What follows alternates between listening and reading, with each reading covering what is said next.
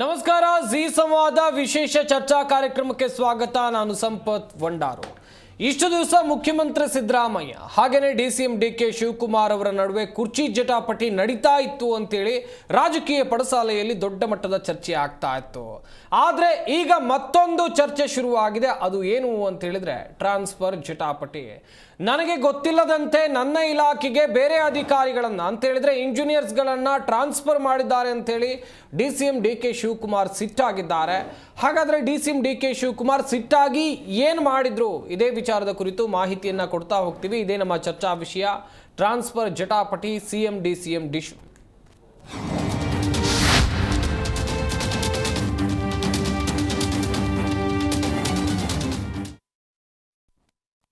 ಇದೇ ಒಂದು ಪ್ರಶ್ನೆ ಅಂತೂ ಸಹಜವಾಗಿ ಹುಟ್ಟಿಕೊಳ್ಳುತ್ತೆ. ರಾಜ್ಯ ರಾಜಕೀಯದಲ್ಲಿ ಸರ್ವೋಚ್ಚ ನಾಯಕ ಯಾರು ಅಂತೇಳಿ ಸಿಎಂ ಸಹಿ ಹಾಕ್ತಾರೆ ಒಂದು ಟ್ರಾನ್ಸ್ಫರ್ಗೆ ಅಂತ ಹೇಳಿದ್ರೆ ಅದನ್ನ ಡಿಸಿಎಂ ಡಿಕೆ ಶಿವಕುಮಾರ್ ಪ್ರಶ್ನೆ ಮಾಡಿದ್ದಾರೆ.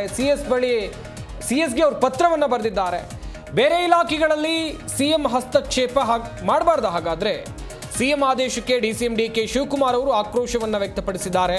ಮುಖ್ಯ ಕಾರ್ಯದರ್ಶಿಗಳಿಗೆ ಡಿಕೆ ಶಿವಕುಮಾರ್ ಅವರು ಪತ್ರ ಬರೆದಿದ್ದಾರೆ. ಸರ್ಕಾರದ ಮುಖ್ಯ ಕಾರ್ಯದರ್ಶಿ ಸಿಎಸ್ ಅಂತ ನಾವೇನು ಕರಿತೀವಿ, ಅವರಿಗೆ ಲೆಟರ್ ಅನ್ನು ಬರೆದಿರೋದು ಡಿಸಿಎಂ ಡಿಕೆ ಶಿವಕುಮಾರ್ ಅವರು.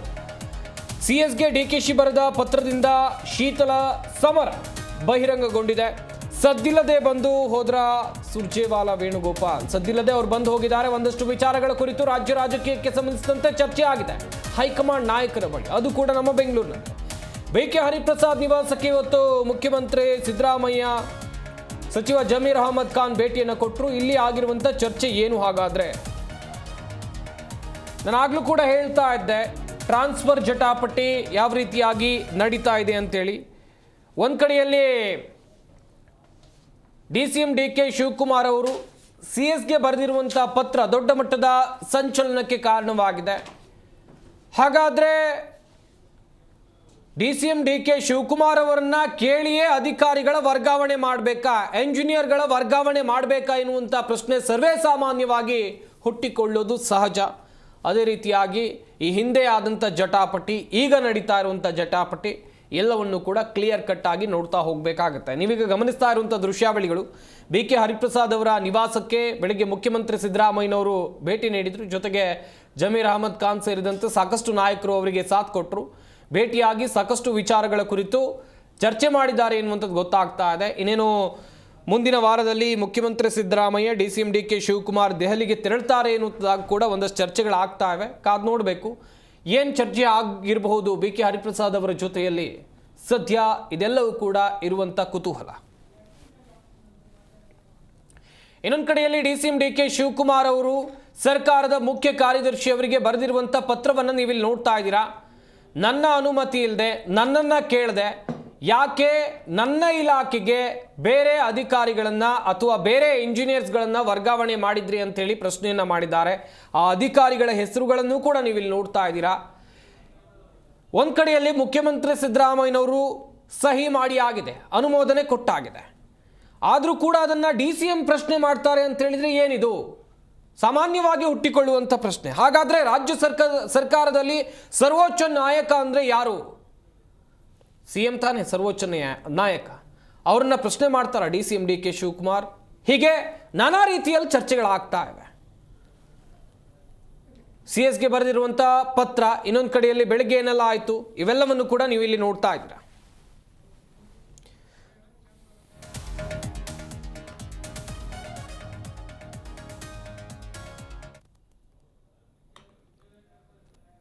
ಹಾಗಾದರೆ ಡಿಸಿಎಂ ಡಿಕೆ ಶಿವಕುಮಾರ್ ಅವರ ಇಲಾಖೆಗೆ ಅವರನ್ನ ಕೇಳಿಯೇ ಅಧಿಕಾರಿಗಳನ್ನು ವರ್ಗಾವಣೆ ಮಾಡಬೇಕಾ ಎನ್ನುವಂಥದ್ದಾಗಿ ದೊಡ್ಡ ಮಟ್ಟದಲ್ಲಿ ಚರ್ಚೆ ಹುಟ್ಕೊಂಡಿದೆ. ಹಾಗೆಯೇ ಪ್ರಶ್ನೆಯೂ ಕೂಡ ಓಡಾಡ್ತಾ ಇದೆ.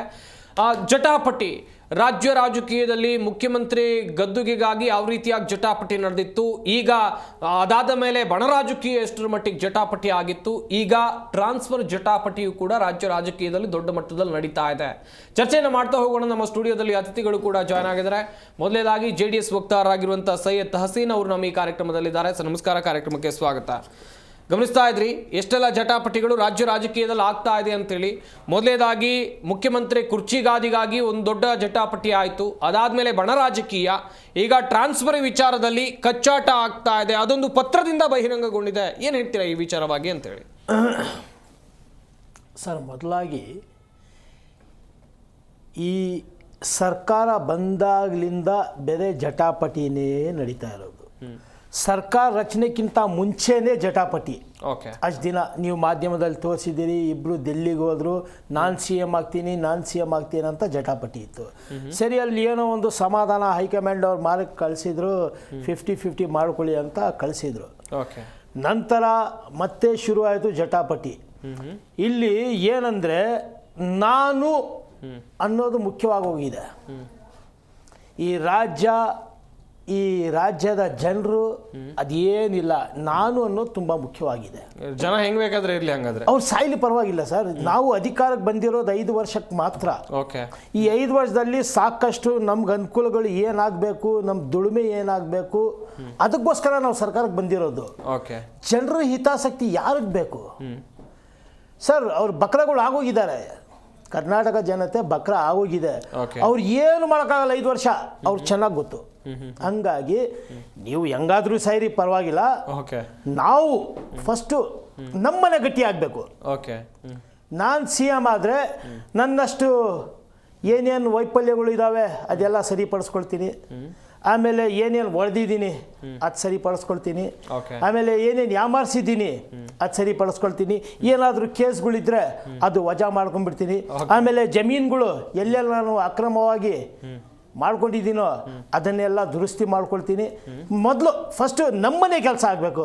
ಒಂದು ಗಾದೆ ಇದೆ, ಮೊದಲು ಮನೆಗೆ ದೀಪ ಆಮೇಲೆ ದೇವಸ್ಥಾನಕ್ಕೆ ದೀಪ ಅಂತ ದೊಡ್ಡವ್ರು ಹೇಳಿದಾರಲ್ಲ, ಅದು ಫಸ್ಟು ಇವಾಗ ನಮ್ಮನೆ ಬೆಳೆಸ್ಕೊಳ್ಳೋಣ, ಆಮೇಲೆ ಉಳಿದಿರೋದು ನೋಡೋಣ ಅಂತ ಲೆಕ್ಕ.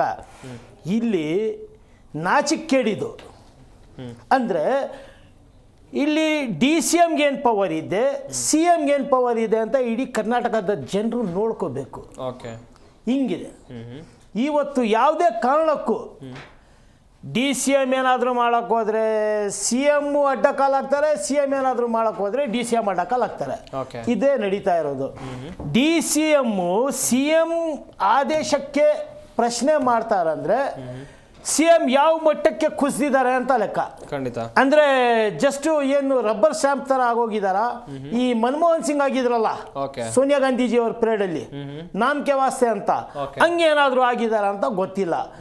ಇವಾಗ ನನ್ನ ಅನುಮತಿ ಇಲ್ದಂಗೆ ನನ್ನ ಇಲಾಖೆಗೆ ಅಂದ್ರೆ ಇಲ್ಲಿ ವಿಚಾರ ಏನಿದೆ ಗೊತ್ತಾ ಸರ್? ಪ್ರತಿಯೊಬ್ಬರಿಗೆ ಅಡ್ಜಸ್ಟ್ಮೆಂಟು. ನನಗೆ ಬೇಕಾದ ಇಂಜಿನಿಯರ್ ಅಂದರೆ ಆ ಇಂಜಿನಿಯರ್ ನನ್ನ ಮಾತು ಕೇಳಬೇಕು, ನಾನು ಏನು ಹೇಳ್ತೀನಿ ಅದು ಮಾಡಬೇಕು ಅಂತ ಇಂಜಿನಿಯರ್ಗಳು ನನಗೆ ಬೇಕು. ಬೈ ಚಾನ್ಸ್ ಏನಾದರೂ ಇವ್ರು ಟ್ರಾನ್ಸ್ಫರ್ ಮಾಡಿಬಿಟ್ರೆ ನನಗೆ ಕಷ್ಟ ಆಗಲ್ವಾ? ಇದೇ ರೀತಿ ನಡೀತಾ ಇರೋದು. ಪ್ಲಸ್ ಇದು ಟ್ರಾನ್ಸ್ಫರ್ ದೊಡ್ಡ ದಂಧೆ ಆಗಿದೆ. ಕೋಟ್ಯಾಂತರ ರೂಪಾಯಿ, ಲಕ್ಷ 2 ಲಕ್ಷ ಅಲ್ಲ, ಕೋಟ್ಯಾಂತರ ರೂಪಾಯಿ ಒಂದು, ಪ್ಲಸ್ ಬೇಕಾಗಿರೋರು ಒಂದು. ಹಿಂಗೆ ನಡೀತಿರುವಾಗ ಈ ರಾಜ್ಯದ ಜನ ಏನಾಗಬೇಕು, ಈ ರಾಜ್ಯದ ಗತಿ ಏನಾಗಬೇಕು? ಇವಾಗ ಇಲ್ಲಿ ನಾನು DCM ಸಾಹೇಬ್ರಿಗೆ ಒಂದು ಪ್ರಶ್ನೆ ಕೇಳಕ್ಕೆ ಬಯಸ್ತೀನಿ. ಇವತ್ತು ನಿಮ್ಮ ಅನುಮತಿ ಇಲ್ದಂಗೆ ಏನು ಮಾಡಂಗಿಲ್ಲ ಸರ್. 187 ಕೋಟಿ ಆಂಧ್ರಕ್ಕೆ ಟ್ರಾನ್ಸ್ಫರ್ ಆಯ್ತಲ್ಲ, ಅದು ಯಾರ ಅನುಮತಿಯಿಂದ ಟ್ರಾನ್ಸ್ಫರ್ ಆಯ್ತು ಅಂತ ನಮ್ಗೆ ತಿಳಿಬೇಕು. ಇಲ್ಲ ಬೇಜಾನಿದ್ದಾವೆ. ಮುಂದಿನ ಹಂತದಲ್ಲಿ ನಿಮ್ಮಿಂದ ಮಾಹಿತಿಯನ್ನು ಪಡ್ಕೊಳ್ತಾ ಹೋಗ್ತೀನಿ. ಗಮನಿಸ್ತಾ ಇರ್ಬೋದು ವೀಕ್ಷಕರೇ, JDSನ ವಕ್ತಾರರು ಒಂದಿಷ್ಟು ವಿಚಾರಗಳನ್ನು ಪ್ರಸ್ತಾಪ ಮಾಡ್ತಾ ಇದ್ರು. ಹಾಗೆಯೇ ನಮ್ಮ ಈ ಕಾರ್ಯಕ್ರಮದಲ್ಲಿ ಆಪ್ ವಕ್ತಾರರಾಗಿರುವಂಥ ಶಶಿಧರ್ ಆರಾಧ್ಯ ಅವರು ಕೂಡ ಜಾಯ್ನ್ ಆಗಿದ್ದಾರೆ. ಸರ್ ನಮಸ್ಕಾರ, ಕಾರ್ಯಕ್ರಮಕ್ಕೆ ಸ್ವಾಗತ. ಹಾಗೆಯೇ ರಾಜಕೀಯ ವಿಶ್ಲೇಷಕರಾಗಿರುವಂಥ ಪ್ರೊಫೆಸರ್ ಚಂಬಿ ಪುರಾಣಿಕ್ ಅವರು ಕೂಡ ನಮ್ಮ ಈ ಕಾರ್ಯಕ್ರಮದಲ್ಲಿದ್ದಾರೆ. ಸರ್ ನಮಸ್ಕಾರ, ಕಾರ್ಯಕ್ರಮಕ್ಕೆ ಸ್ವಾಗತ. ನಮಸ್ಕಾರ ಪುರಾಣಿಕ್ ಸರ್, ಗಮನಿಸ್ತಾ ಇದ್ದಿದ್ರಿ ಎಷ್ಟೆಲ್ಲ ಹೈ ಡ್ರಾಮಾಗಳಿಗೆ ರಾಜ್ಯ ರಾಜಕೀಯ ಸಾಕ್ಷಿ ಆಗ್ತಾ ಇದೆ ಅಂತ ಹೇಳಿ.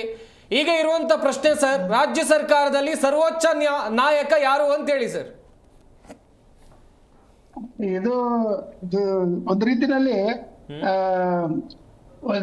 ರಾಜಕೀಯ ಶಕ್ತಿ ಅಥವಾ ಬಲ ಪ್ರದರ್ಶನ ಮತ್ತು ತಮ್ಮ ಏನು ಮಾತು ನಡಿಬೇಕು ಅಂತಕ್ಕಂಥದ್ದು ಸಿದ್ದರಾಮಯ್ಯ ವರ್ಸಸ್ DCM ಶಿವಕುಮಾರ್ ಇದು ನಡೀತಾ ಇದೆ ಅಂತಕ್ಕಂಥದ್ದು ಎಲ್ರಿಗೂ ಗೊತ್ತಿದೆ. ಅದರಲ್ಲಿ ಏನಿದೆ ಏನಿಲ್ಲ, ಯಾಕಂದ್ರೆ ಅವರಿಬ್ಬರಲ್ಲಿ ಒಂದು ಅಗ್ರಿಮೆಂಟ್ ಏನು 2.5 ವರ್ಷ ನೀವಿರೋದು, 2.5 ವರ್ಷ ನಾವಿರೋದು ಅಂತ ಒಂದು ಅನ್ಅಫಿಷಿಯಲ್ ಅಗ್ರಿಮೆಂಟ್. ಸೊ ಈ ಸಂದರ್ಭದಲ್ಲಿ ಒಂದು ನಮ್ಮ ಕಾನ್ಸ್ಟಿಟ್ಯೂಷನ್ ಪ್ರಿನ್ಸಿಪಲ್ ಅಥವಾ ಒಂದು ಪೊಲಿಟಿಕಲ್ ಎಥಿಕ್ಸ್ ಬಗ್ಗೆ ಹೇಳೋದಾದ್ರೆ, chief minister is first among equals. ಅಂದ್ರೆ ಎಲ್ಲಾ ಕ್ಯಾಬಿನೆಟ್ ಸದಸ್ಯರಲ್ಲಿ ಮೊದಲನೇವರು ಚೀಫ್ ಮಿನಿಸ್ಟರ್. ಅಂದ್ರೆ ಏನಾಯ್ತು, ಅವರು ಸರ್ವಾಧಿಕಾರಿ ಅಂತೂ ಅಲ್ಲ, ಯಾಕಂದ್ರೆ ಅವರು ಚೀಫ್ ಮಿನಿಸ್ಟರ್ ಆಗಿರೋದ್ರಿಂದ ಅಲ್ಲಿ ನೇಮಕ ಮಾಡ್ತಕ್ಕಂಥ ಸಚಿವರನ್ನ ತಮ್ಮ ವಿಶ್ವಾಸಕ್ಕೆ ತೆಗೆದುಕೊಂಡು ಒಂದು ಕ್ಯಾಬಿನೆಟ್ ಅಂತಕ್ಕಂಥದ್ದು ಒಂದು ಯುನೈಟೆಡ್, ಒಂದು ಒಗ್ಗಟ್ಟಿನಲ್ಲಿ ಇರ್ತಕ್ಕಂಥ ಸರ್ಕಾರವನ್ನ, ಸುಭದ್ರ ಸರ್ಕಾರವನ್ನ ಜನರಿಗೆ ಕೊಡಬೇಕು ಅಂತಕ್ಕಂಥದ್ದು ಈಗಿರ್ತಕ್ಕಂಥ ಪ್ರಜಾಪ್ರಭುತ್ವದ ಸಂಸದೀಯ ಪದ್ಧತಿಯಲ್ಲಿ ಈ ಒಂದು ವ್ಯವಸ್ಥೆಯನ್ನ ನಾವು ಮುಂದುವರಿಸ್ಕೊಂಡು ಬಂದಿದ್ದೇವೆ. ಇದನ್ನ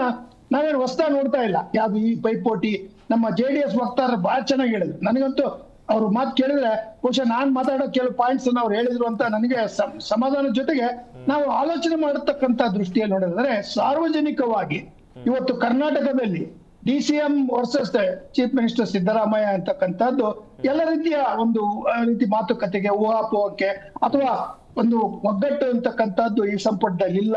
ಕೆಲವು ಸಚಿವರಂತೂ ಅವರು ತಮ್ಮ ರೀತಿ ತಮ್ಗೆ ಇಷ್ಟ ಬಂದ ರೀತಿಯಲ್ಲಿ ಇರ್ತಾರೆ. ಆಮೇಲೆ ಪ್ರಿಯಾಂಕಾ ಖರ್ಗೆ ತೆಗೆದುಕೊಳ್ಳಿ, ಅವ್ರಿಗೆ ಯಾವ ವಿಷಯ ಸಂಬಂಧ ಪಡ್ಲಿ ಅವರು ಬಾಯಿ ಹಾಕಿ ಒಂದ್ ಮಾತನ್ನ ಹೇಳ್ತಿರ್ತಾರೆ, ಏನು ಅದ್ ಹಂಗ್ಬಾರ್ದಿತ್ತು, ಹಿಂಗ ಆಗ್ಬಾರ್ದಿತ್ತು, ಹಾಗೆ ಅಂತ. ಅಂದ್ರೆ ಏನಾಯ್ತು, ಅವ್ರನ್ನೂ ಒಂಥರ ನಾನು ಇಂಪಾರ್ಟೆಂಟ್ ಆಗ್ಬೇಕು, ಬಿಕಾಸ್ ಅವ್ರ ತಂದೆ ಅಲ್ಲಿ ರಾಷ್ಟ್ರ ಮಟ್ಟದಲ್ಲಿ ಅಧ್ಯಕ್ಷರಾಗಿದ್ದಾರೆ, ಜೊತೆಗೆ ರಾಜ್ಯಸಭೆ ವಿರೋಧ ಪಕ್ಷ. ಸೊ ಅದೇ ನೋಡಿದ್ರೆ ಅವರ ಒಂದು ರೀತಿಯಲ್ಲಿ ಇಲ್ಲಿಯ ರಾಜಕೀಯ ಗುಂಪುಗಳು, ಹಿತಾಸಕ್ತಿಗಳು ಮತ್ತೆ ತಮ್ಮ ಒಂದು ಏನು ಪ್ರಭಾವ ವಲಯ ಇದೆಯಲ್ಲ, ಆ ಪವರ್ ಸೆಂಟರ್ನ ನಾವು ಯಾವ ರೀತಿ ಕಾಪಾಡ್ಕೊಳ್ಬೇಕು ಅಂತಕ್ಕಂಥದ್ದು ಸ್ಪಷ್ಟವಾಗಿ ಕಾಣುತ್ತೆ.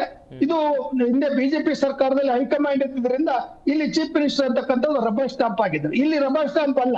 Siddaramaiah is A very senior and A very seasoned chief minister. ಅದರಿಂದ ಸಿದ್ದರಾಮಯ್ಯ ಎಲ್ಲಾ ಟ್ರಿಕ್ಸ್ ಗೊತ್ತು. ಅಂದ್ರೆ ಯಾಕಂದ್ರೆ ಅವ್ರು ಸಿದ್ದರಾಮಯ್ಯ 2-3 ಪಾರ್ಟಿನಲ್ಲಿ ಇದ್ದು ಕಾಂಗ್ರೆಸ್ ಬಂದವರು. ಆದ್ರೆ DK ಶಿವಕುಮಾರ್ ಇರ್ತಕ್ಕಂಥದ್ದು ಶಕ್ತಿ ಪ್ರದರ್ಶನ, ಏನು ಕಾಂಗ್ರೆಸ್ ಅಧಿಕಾರ ತರುವಲ್ಲಿ ಅವರ ಪಾತ್ರವನ್ನ ಯಾರು ಅಲ್ಲಗಳೆಯಲಿಕ್ಕೆ ಸಾಧ್ಯ ಇಲ್ಲ, ಇನ್ಕ್ಲೂಡಿಂಗ್ ಹೈಕಮಾಂಡ್. ಅದರಿಂದ ಶಿವಕುಮಾರ್. ಆಮೇಲೆ ಇನ್ನೊಂದು ಪಾಯಿಂಟ್ ನೀವು ತಿಳ್ಕೊಬೇಕು, ಏನಂದ್ರೆ ಈ DCM ಪೋಸ್ಟ್ ಅಲ್ಲಿ 3-4 DCM ಗಳಿದ್ರೆ ಅದಕ್ಕೆ ಆ ರೀತಿ ಒಂದು ರೀತಿಯಲ್ಲಿ ಬಲ ಅಥವಾ ಪ್ರಭಾವ ಇರ್ತಿರ್ಲಿಲ್ಲ, ಶಕ್ತಿ ಇರ್ತಿರ್ಲಿಲ್ಲ. ಈಗ ಒಬ್ಬರೇ DCM ಅಂದ್ರೆ ಆಯ್ತು, ಸತತವಾಗಿ 2 ವರ್ಷಗಳ ಮೇಲೆ ಅವರು ಈ DCM ಸ್ಥಾನವನ್ನ ತಮ್ಮೊಬ್ಬರಿಗೆ ಇಟ್ಟುಕೊಂಡು ಬಂದಿರ್ತಕ್ಕಂಥದ್ದನ್ನು ನೋಡಿದ್ರೆ, ಮುಂದಿನ ಮುಖ್ಯಮಂತ್ರಿ ನಾನು ಆಗ್ತೇನೆ, ಆದ್ದರಿಂದ ಸಿದ್ದರಾಮಯ್ಯನವರು ನನ್ನ ಹೊಂದಾಣಿಕೆಯ ಮೂಲಕ ಕರ್ನಾಟಕದಲ್ಲಿ ನಾವು ಸರ್ಕಾರವನ್ನ ಒಂದು ರೀತಿಯಲ್ಲಿ ನಡೆಸಬೇಕು ಅಂತ. ಆದ್ರೂ ನಮ್ಮ JDS ವಕ್ತಾರ ಹೇಳಿದ ಮಾತನ್ನು ತೆಗೆದುಕೊಂಡು ಹೇಳೋದಾದ್ರೆ, ಇಲ್ಲಿ ಟ್ರಾನ್ಸ್ಫರ್ ಅಂತಕ್ಕಂಥದ್ದು ಒಂದು ದಂಧೆ ಆಗಿದೆ. ಅವ್ರು ಹೇಳಿದ್ರಲ್ಲ ಬಿಸಿನೆಸ್, ಈ ಬಿಸಿನೆಸ್ ಅಂತಕ್ಕಂಥ ದೃಷ್ಟಿಯಲ್ಲಿ ನೋಡೋದಾದ್ರೆ ಕರ್ನಾಟಕದಲ್ಲಿ ಭ್ರಷ್ಟಾಚಾರವನ್ನ ಹೋಗಲಾಡ್ತಕ್ಕಂಥ ಯಾವ ಪಕ್ಷವೂ ಅಧಿಕಾರಕ್ಕೆ ಬಂದಿಲ್ಲ, ಇನ್ಕ್ಲೂಡಿಂಗ್ JDS ಆಲ್ಸೋ. ಅವ್ರನ್ನು ನಾನು ಪ್ರಶ್ನೆ ಮಾಡ್ತೇನೆ, ಯಾಕಂದ್ರೆ ನಿಮ್ಮ ಇವರು ಮುಖ್ಯಮಂತ್ರಿ ಆಗಿದ್ದ, ಕುಮಾರಸ್ವಾಮಿ ಮುಖ್ಯಮಂತ್ರಿ ಆಗಿ ಇವೆಲ್ಲವೂ ನಡೀತಾ ಇತ್ತು. ಆದ್ರೆ ಅದು ಸಣ್ಣ ಪ್ರಮಾಣದಲ್ಲಿ ಇತ್ತು ಅಥವಾ ಇನ್ಯಾವುದೇ ರೀತಿಯಲ್ಲಿ ಜನರಿಗೆ ಗೊತ್ತಾಗ್ತಿಲ್ಲ. ಈಗ ಏನಾಗಿದೆ, ಓಪನ್ ಆಗಿ DK Shivakumar first of it's kind. ನಾನಂತೂ 50-60 ವರ್ಷದಿಂದ ರಾಜ್ಯಶಾಸ್ತ್ರ ಪಾಠ ಮಾಡ್ತಾ ಇದ್ದೀನಿ, ರಾಜಕೀಯ ವಿಷಯಗಳನ್ನು ತಿಳ್ಕೊತೀನಿ. ಈ ರೀತಿ ಲೆಟರ್ ಬರೆದಿರ್ತಕ್ಕಂಥದ್ದನ್ನು ನಾನು ನೋಡಿಲ್ಲ. ಒಬ್ಬ ಮುಖ್ಯಮಂತ್ರಿಗೆ ಪತ್ರ ಬಂದ್ರೆ ಮುಖ್ಯ ಕಾರ್ಯದರ್ಶಿಗೆ ಬರೆದು, ಅಂದ್ರೆ ಏನಾಯ್ತು, ಮುಖ್ಯಮಂತ್ರಿಗೆ ಬರ್ದಂಗೆ ಈ ರೀತಿ ಟ್ರಾನ್ಸ್ಫರ್ ಗಳನ್ನ ನನ್ನ ವಿಭಾಗದಲ್ಲಿ ಮಾಡುವಾಗ, ನನ್ನ ಇಲಾಖೆಯಲ್ಲಿ ಮಾಡುವಾಗ ನನ್ನ ಅನುಮತಿಯನ್ನ ಇಲ್ಲದೆ ನೀವು ಮಾಡಿದ್ದು ತಪ್ಪು, ಇನ್ನು ಮುಂದೆ ಈ ರೀತಿ ಹಾಕೂಡುದು. ಇದಕ್ಕೂ ಮೊದಲೇ ನಾವು ಒಂದು ರೀತಿಯಲ್ಲಿ ಒಪ್ಪಂದವನ್ನ ಮಾಡಿಕೊಂಡಿದ್ದೇವೆ, ಆ ಒಪ್ಪಂದವನ್ನು ಉಲ್ಲಂಘಿಸುವ ರೀತಿಯಲ್ಲಿ ಮಾಡಿ. ಅಂದ್ರೆ ಏನಾಯ್ತು, ಮುಖ್ಯಮಂತ್ರಿಗಳು ಕೆಲವು ತಮ್ಮ ಏನು ಅವರಿಗೆ ಪ್ರಭಾವ ಇರ್ಬೋದು ಅಥವಾ ಇನ್ಯಾವುದೇ ಇರ್ಬೋದು, ಅಥವಾ ಒಂದು ಇಂಜಿನಿಯರ್ ಅಂದ್ರೆ ಏನೋ JDS ಹೇಳಿದಂಗೆ ಈ ಚೀಫ್ ಇಂಜಿನಿಯರ್ ಅಂದ್ರೆ ಏನಾಯ್ತು, ಅವರು ಹಣ ಕಲೆಕ್ಟಿಂಗ್, ಆ ಒಂದು ಅಧಿಕಾರದಲ್ಲಿ ಇರ್ತಕ್ಕಂಥ ಒಂದು ಅಧಿಕಾರವನ್ನ ದುರುಪಯೋಗ ಅನ್ನಕ್ಕಿಂತ ಅದರ ಲಾಭವನ್ನ ಪಕ್ಷಕ್ಕೆ ಮತ್ತೆ ತಮಗೆ ಪಡಿತಕ್ಕಂತ ಒಂದು ರಾಜಕೀಯ ವ್ಯವಸ್ಥೆಯಲ್ಲಿ ಈ ರೀತಿ ಪೈಪೋಟಿ ಅಂತಕ್ಕಂಥದ್ದು ಒಳಗೆ ನಡೀತಾ ಇತ್ತು, ಮುಸ್ಕಿನ ಕುಂದಾಗಿತ್ತು. ಈಗ ಇದು ಓಪನ್ ಆಗಿದೆ. ಅದರಿಂದ ಇದು ಒಂದು ರೀತಿಯಲ್ಲಿ ಆಶ್ಚರ್ಯಕರವಾದ ಬೆಳವಣಿಗೆಯೋ ಮತ್ತು ಅತ್ಯಂತ ಒಂದು ರೀತಿಯಲ್ಲಿ ಸರಿಯಾದ ಬೆಳವಣಿಗೆ ಅಲ್ಲ ಅಂತಕ್ಕಂಥದ್ದನ್ನ ಹೇಳ್ಬೋದು. ಯಾಕಂದ್ರೆ ನಮಗೆ ಬೇಕಾಗಿರೋದು ಸ್ವಚ್ಛ ಆಡಳಿತ. ಇವರಿಬ್ರು ಆನೆಸ್ಟ್ ಆಗಿದ್ರೆ ಈ ಟ್ರಾನ್ಸ್ಫರ್ ವಿಷಯ ಯಾಕೆ ಇಷ್ಟು ಗೊಂದಲಾಗ್ತಾ ಇತ್ತು ಅಂದ್ರೆ, ಆಯ್ತು ಎಲ್ಲಿಯೋ ಒಂದು ರೀತಿಯಲ್ಲಿ ಹಿತಾಸಕ್ತಿಗಳನ್ನ ಕಾಪಾಡುವ ಮತ್ತೆ ಬೇರೆ ಬೇರೆ ಒತ್ತಡಗಳಿಗೆ ಒಳಗಾಗ್ತಕ್ಕಂತ ಸನ್ನಿವೇಶವನ್ನ ನಾವು ಕರ್ನಾಟಕದಲ್ಲಿ ನೋಡ್ತಾ ಇದ್ದೇವೆ. ಈ ರೀತಿ ಪ್ರಥಮ ಬಾರಿಗೆ ಒಬ್ಬ DCM ಮುಖ್ಯಮಂತ್ರಿಯ ಏನು ಟ್ರಾನ್ಸ್ಫರ್ ಮಾಡಿರ್ತಕ್ಕಂಥದ್ದು ವಿವೇಚನೆ ಇರ್ಬೋದು, ದುರುದ್ದೇಶನೇ ಇರ್ಬೋದು, ಅದನ್ನ ನೋಡಿದ್ರೆ ಶಿವಕುಮಾರ್ ಅವರು ತಮ್ಮ ಶಕ್ತಿ ಪ್ರದರ್ಶನದ ಒಂದು ಪಾಯಿಂಟ್ ಅನ್ನಾಗಿ ಇದನ್ನು ಹೊರೆ ಹಚ್ಚಿದ್ದಾರೆ. ಆದ್ರಿಂದ ಇದನ್ನು ನಾವು ಕಾದು ನೋಡಬೇಕು, ಇದು ಎಲ್ಲಿಗೆ ಹೋಗುತ್ತೆ. ನನ್ನ ಪ್ರಕಾರ ಇನ್ನು 2-3 ತಿಂಗಳಲ್ಲಿ ಕಾಂಗ್ರೆಸ್ ಒಂದು ರೀತಿಯ ಸರ್ಕಾರದಲ್ಲಿ ಬದಲಾವಣೆಗಳಾಗ್ತಕ್ಕಂತಹದ್ದು ಸಾಧ್ಯತೆ ಇದೆ. ಮುಖ್ಯಮಂತ್ರಿ ಸ್ಥಾನವನ್ನ ಸಿದ್ದರಾಮಯ್ಯ ಅವರು ಬಿಟ್ಟು ಕೊಡ್ತಕ್ಕಂಥ ಸನ್ನಿವೇಶಕ್ಕೂ ಅವರು ಬರಬೇಕು ಅಂತಕ್ಕಂಥದ್ದನ್ನ ಕಾಣ್ತಾ ಇದ್ದೇವೆ ಅಂತಕ್ಕಂಥದ್ದು ನನ್ನ ಒಂದು ರಾಜಕೀಯ ಒಂದು ಆಲೋಚನೆ. ಎಸ್ ಗಮನಿಸ್ತಾ ಇರ್ಬೋದು. ಪುರಾಣಿಕ್ ಸರ್ ಕೂಡ ಹೇಳ್ತಾ ಇದ್ರು, ಒಂದ್ ಕಡೆಯಲ್ಲಿ ಯಾವ ರೀತಿಯಾಗಿ ಸರ್ಕಾರಗಳು, ಯಾವುದೇ ಸರ್ಕಾರ ಬರಲಿ ರಾಜ್ಯದಲ್ಲಿ, ವರ್ಗಾವಣೆ ಎನ್ನುವುದು ಯಾವ ರೀತಿಯಾಗಿ ನಡೆಯುತ್ತೆ ಎನ್ನುವಂಥದ್ದಾಗಿ ಸದ್ಯ ಇಲ್ಲ ಆಗ್ತಾ ಇರುವಂಥದ್ದು ಕೂಡ ಅದೇ. ವರ್ಗಾವಣೆ ವಿಚಾರಕ್ಕೆ ಸಂಬಂಧಿಸಿದಂತೆ ಮುಖ್ಯಮಂತ್ರಿಗಳು ಹಾಗೇನೆ DCM DK ಶಿವಕುಮಾರ್ ಅವರ ನಡುವೆ ಜಟಾಪಟಿ ದೊಡ್ಡ ಮಟ್ಟಕ್ಕೆ ನಡೀತಾ ಇದೆ.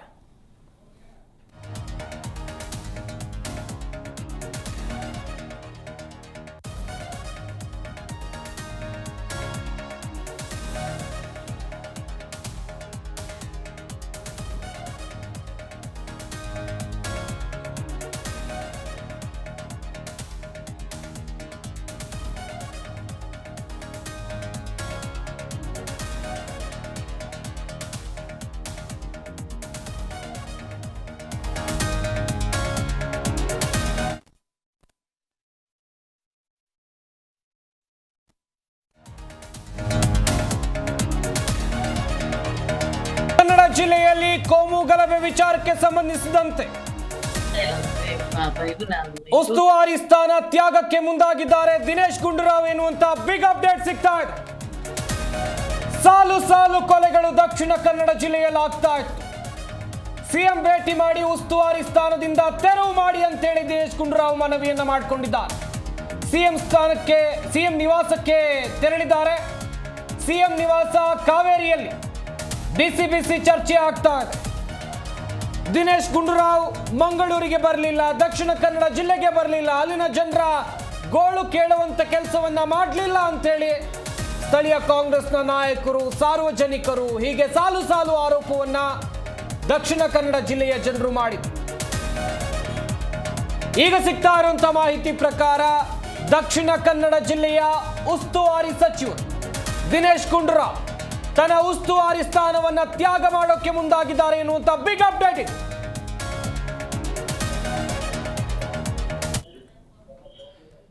ಈ ಬಗ್ಗೆ ಇನ್ನಷ್ಟು ಮಾಹಿತಿಯನ್ನು ಕೊಡ್ತಾರೆ ನಮ್ಮ ಪ್ರತಿನಿಧಿ ರಾಜಪ್ಪ ಸುತ್ತೂರು. ದೂರವಾಣಿ ಸಂಪರ್ಕದಲ್ಲಿ ಜಾಯ್ನ್ ಆಗ್ತಾ ಇದ್ದಾರೆ. ರಾಜಪ್ಪ, ದಿನೇಶ್ ಗುಂಡೂರಾವ್ ಅವರು ದಕ್ಷಿಣ ಕನ್ನಡ ಜಿಲ್ಲೆಗೆ ಬಂದಿಲ್ಲ ಅಂತ ಹೇಳಿ ಅಲ್ಲಿನ ಕಾಂಗ್ರೆಸ್ ನಾಯಕರು ಆರೋಪವನ್ನ ಮಾಡಿದ್ರು, ಸಾರ್ವಜನಿಕರು ಆಕ್ರೋಶವನ್ನ ವ್ಯಕ್ತಪಡಿಸಿದ್ರು. ಈಗ ಸದ್ಯಕ್ಕೆ ದಿನೇಶ್ ಗುಂಡೂರಾವ್ ಅವರು ಯಾವ ನಿರ್ಧಾರಕ್ಕೆ ಬಂದಿದ್ದಾರೆ ಅಂತೇಳಿ? ಸಂಪತ್, ಈಗ ದಿನೇಶ್ ಗುಂಡೂರಾವ್ ಅವರು ಈಗ ತಮ್ಮ ಏನು ಜಿಲ್ಲಾ ಉಸ್ತುವಾರಿ ಸಚಿವ ಸ್ಥಾನ ತ್ಯಾಗಕ್ಕೆ ತೀರ್ಮಾನ ಕೈಗೊಂಡಿದ್ದಾರೆ. ಯಾಕಂದ್ರೆ ಅಲ್ಲಿ ಇದ್ದಂತ ಕೆಪಿಸಿಸಿ ಪದಾಧಿಕಾರಿಗಳು ಮತ್ತು ಅಲ್ಪಸಂಖ್ಯಾತ ಘಟಕದ ಬಹುತೇಕ ನಾಯಕರುಗಳು ರಾಜೀನಾಮೆ ಪತ್ರವನ್ನು ಸಲ್ಲಿಸುವ ಮೂಲಕ ಕಾಂಗ್ರೆಸ್ ಪಕ್ಷಕ್ಕೆ ದೊಡ್ಡ ಮುಜುಗರನ್ನು ಉಂಟು ಮಾಡಿದ್ದಾರೆ. ಏನು ದಕ್ಷಿಣ ಕನ್ನಡ ಜಿಲ್ಲೆ ನಡೆದಿರುವಂತ ಈ ಒಂದು ಸರಣಿ ಹತ್ಯಾಕಾಂಡಗಳು ಅಥವಾ ಏನು ಪ್ರತೀಕಾರದ ಕೊಲೆಗಳ ಪ್ರಕರಣ ಏನಿದೆ, ಆ ಕೊಲೆಗಳ ಪ್ರಕರಣಕ್ಕೆ ರಾಜ್ಯ ಸರ್ಕಾರದ ಕಾನೂನು ಸುವ್ಯವಸ್ಥೆಯಲ್ಲಿ ಮೇಂಟೈನ್ ಮಾಡೋದ್ರಲ್ಲಿ ವಿಫಲರಾಗಿರುವ ಕಾರಣವೇ ಪ್ರಮುಖವಾಗಿ ಅಂತ ಅನ್ನೋದನ್ನ ಒಂದನ್ನ ಆರೋಪ ಮಾಡ್ತಾ ಇದ್ರೆ. ಎರಡನೇ ವಿಷಯ ಅಂತಂದ್ರೆ ಅಲ್ಲಿನ ಸ್ಥಳೀಯ ನಾಯಕರು, ವಿಶೇಷವಾಗಿ ಅಲ್ಪಸಂಖ್ಯಾತ ಸಮುದಾಯದ ನಾಯಕರುಗಳು ಮತ್ತು ಅಲ್ಪಸಂಖ್ಯಾತ ವಿಭಾಗದ ಪ್ರಧಾನ ಕಾರ್ಯದರ್ಶಿಗಳು ಸಹ ಕೆಪಿಸಿಸಿ ಪ್ರಧಾನ ಕಾರ್ಯದರ್ಶಿ ರಾಜೀನಾಮೆಯನ್ನು ಸಲ್ಲಿಸಿದ್ದಾರೆ. ಅವರು ಸಹ ಹೇಳ್ತಾ ಇರುವಂತದ್ದು, ಜಿಲ್ಲಾ ಉಸ್ತುವಾರಿ ಸಚಿವರುಗಳು ಜಿಲ್ಲೆಗೆ ಸರಿಗೆ ಭೇಟಿ ನೀಡ್ತಿಲ್ಲ, ದಿನೇಶ್ ಗುಂಡೂರಾವ್ ಅವರನ್ನ ಬದಲಾವಣೆ ಮಾಡಿ ಅವರು ನಮ್ಮ ಜಿಲ್ಲೆಗೆ ಸೂಕ್ತವಾಗಿಲ್ಲ, ಹಾಗಾಗಿ ಅವರನ್ನ ಬದಲಾವಣೆ ಮಾಡಿದಲ್ಲಿ ಈ ಒಂದು ಸಮಸ್ಯೆಗೆ ಪರಿಹಾರ ಕಂಡುಕೊಳ್ಬಹುದು. ಎರಡನೇದಾಗಿ ಗೃಹ ಸಚಿವರು ಕಾನೂನು ಸುವ್ಯವಸ್ಥೆ ನಿರ್ವಹಣೆ ಮಾಡುವ ವಿಚಾರದಲ್ಲಿ ಅವರು ಸಹ ವಿಫಲರಾಗಿದ್ದಾರೆ. ಹಾಗಾಗಿ ಜಿಲ್ಲೆಯಲ್ಲಿ ಸಮರ್ಥ ಅಧಿಕಾರಿಗಳನ್ನ ನೇಮಕಾತಿ ಮಾಡುವ ಮೂಲಕ ಜಿಲ್ಲೆಯಲ್ಲಿ ಆಗ್ತಿರುವಂತಹ ಬೆಳವಣಿಗೆ ಬಗ್ಗೆ ಸರಿಯಾಗಿ ಗಮನ ವಹಿಸುವ ಮೂಲಕ ಕಾನೂನು ಸುವ್ಯವಸ್ಥೆ ಇರಬಹುದು ಮತ್ತು ಗುಪ್ತಚರ ಇಲಾಖೆ ಇನ್ನಷ್ಟು ಬಲಗೊಳಿಸುವ ಮೂಲಕ ಇಲ್ಲಿ ಆಗ್ತಿರುವಂತಹ ಸಮಸ್ಯೆಗಳು ಮತ್ತು ಅತ್ಯಾಚಾರ ಏನು ಈ ಒಂದು ಹತ್ಯಾಕಾಂಡ ನಡೀತಾ ಇದೆಯಲ್ಲ ಅದನ್ನ ತಪ್ಪಿಸ್ಲಿಕ್ಕೆ ಕಾನೂನು ಮೂಲಕ ಕ್ರಮವನ್ನು ಕೈಗೊಳ್ಳಬಹುದು.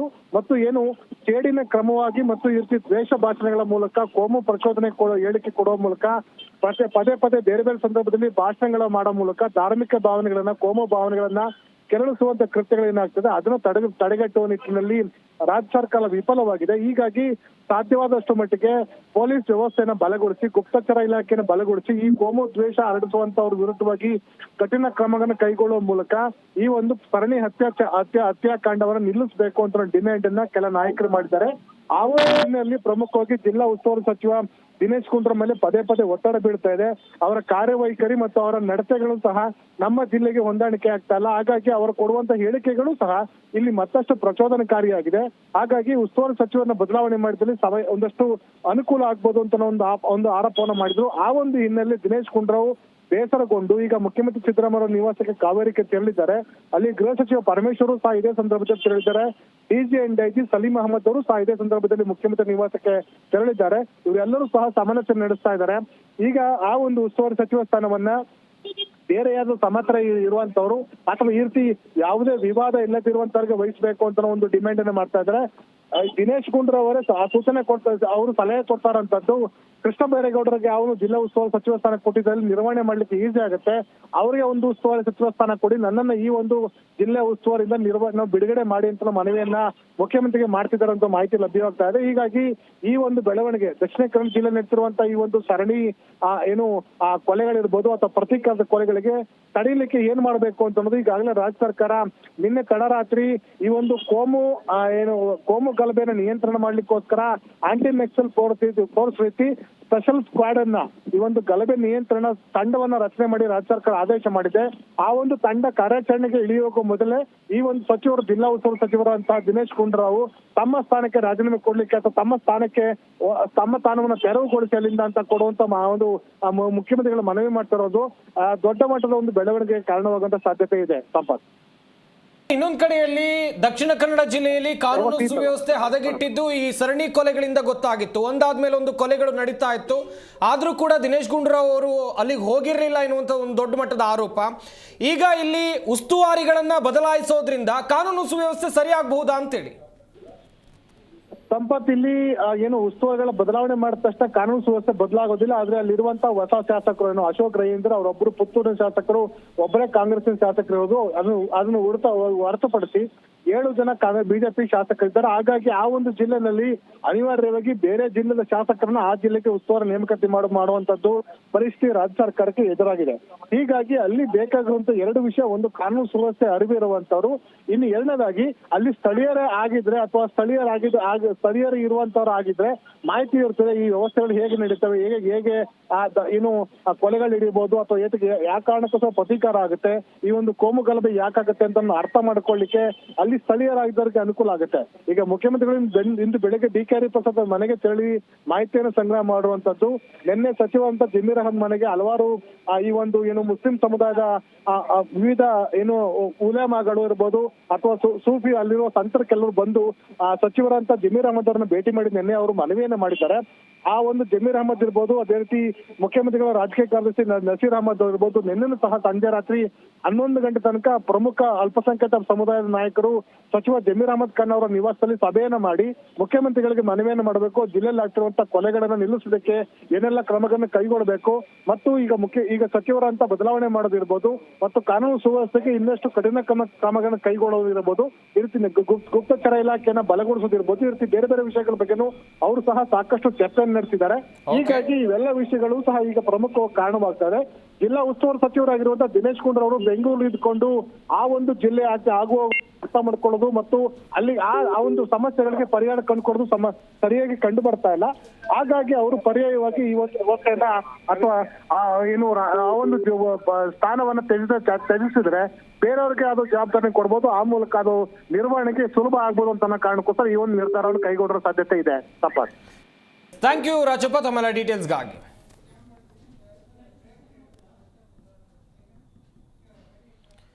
ಗಮನಿಸ್ತಾ ಇದ್ರಿ ವೀಕ್ಷಕರೇ, ಮಂಗಳೂರಿನಲ್ಲಿ ಆದಂಥ ಕೊಲೆ ವಿಚಾರವಾಗಿ ಬೆಂಗಳೂರಿನಲ್ಲಿ ಕೂತ್ಕೊಂಡು ರಾಜಕೀಯ ನಾಯಕರು ಮಾತನಾಡಿದ್ರೆ ಅದಕ್ಕೆ ಪರಿಹಾರ ಸಿಗೋದಿಲ್ಲ.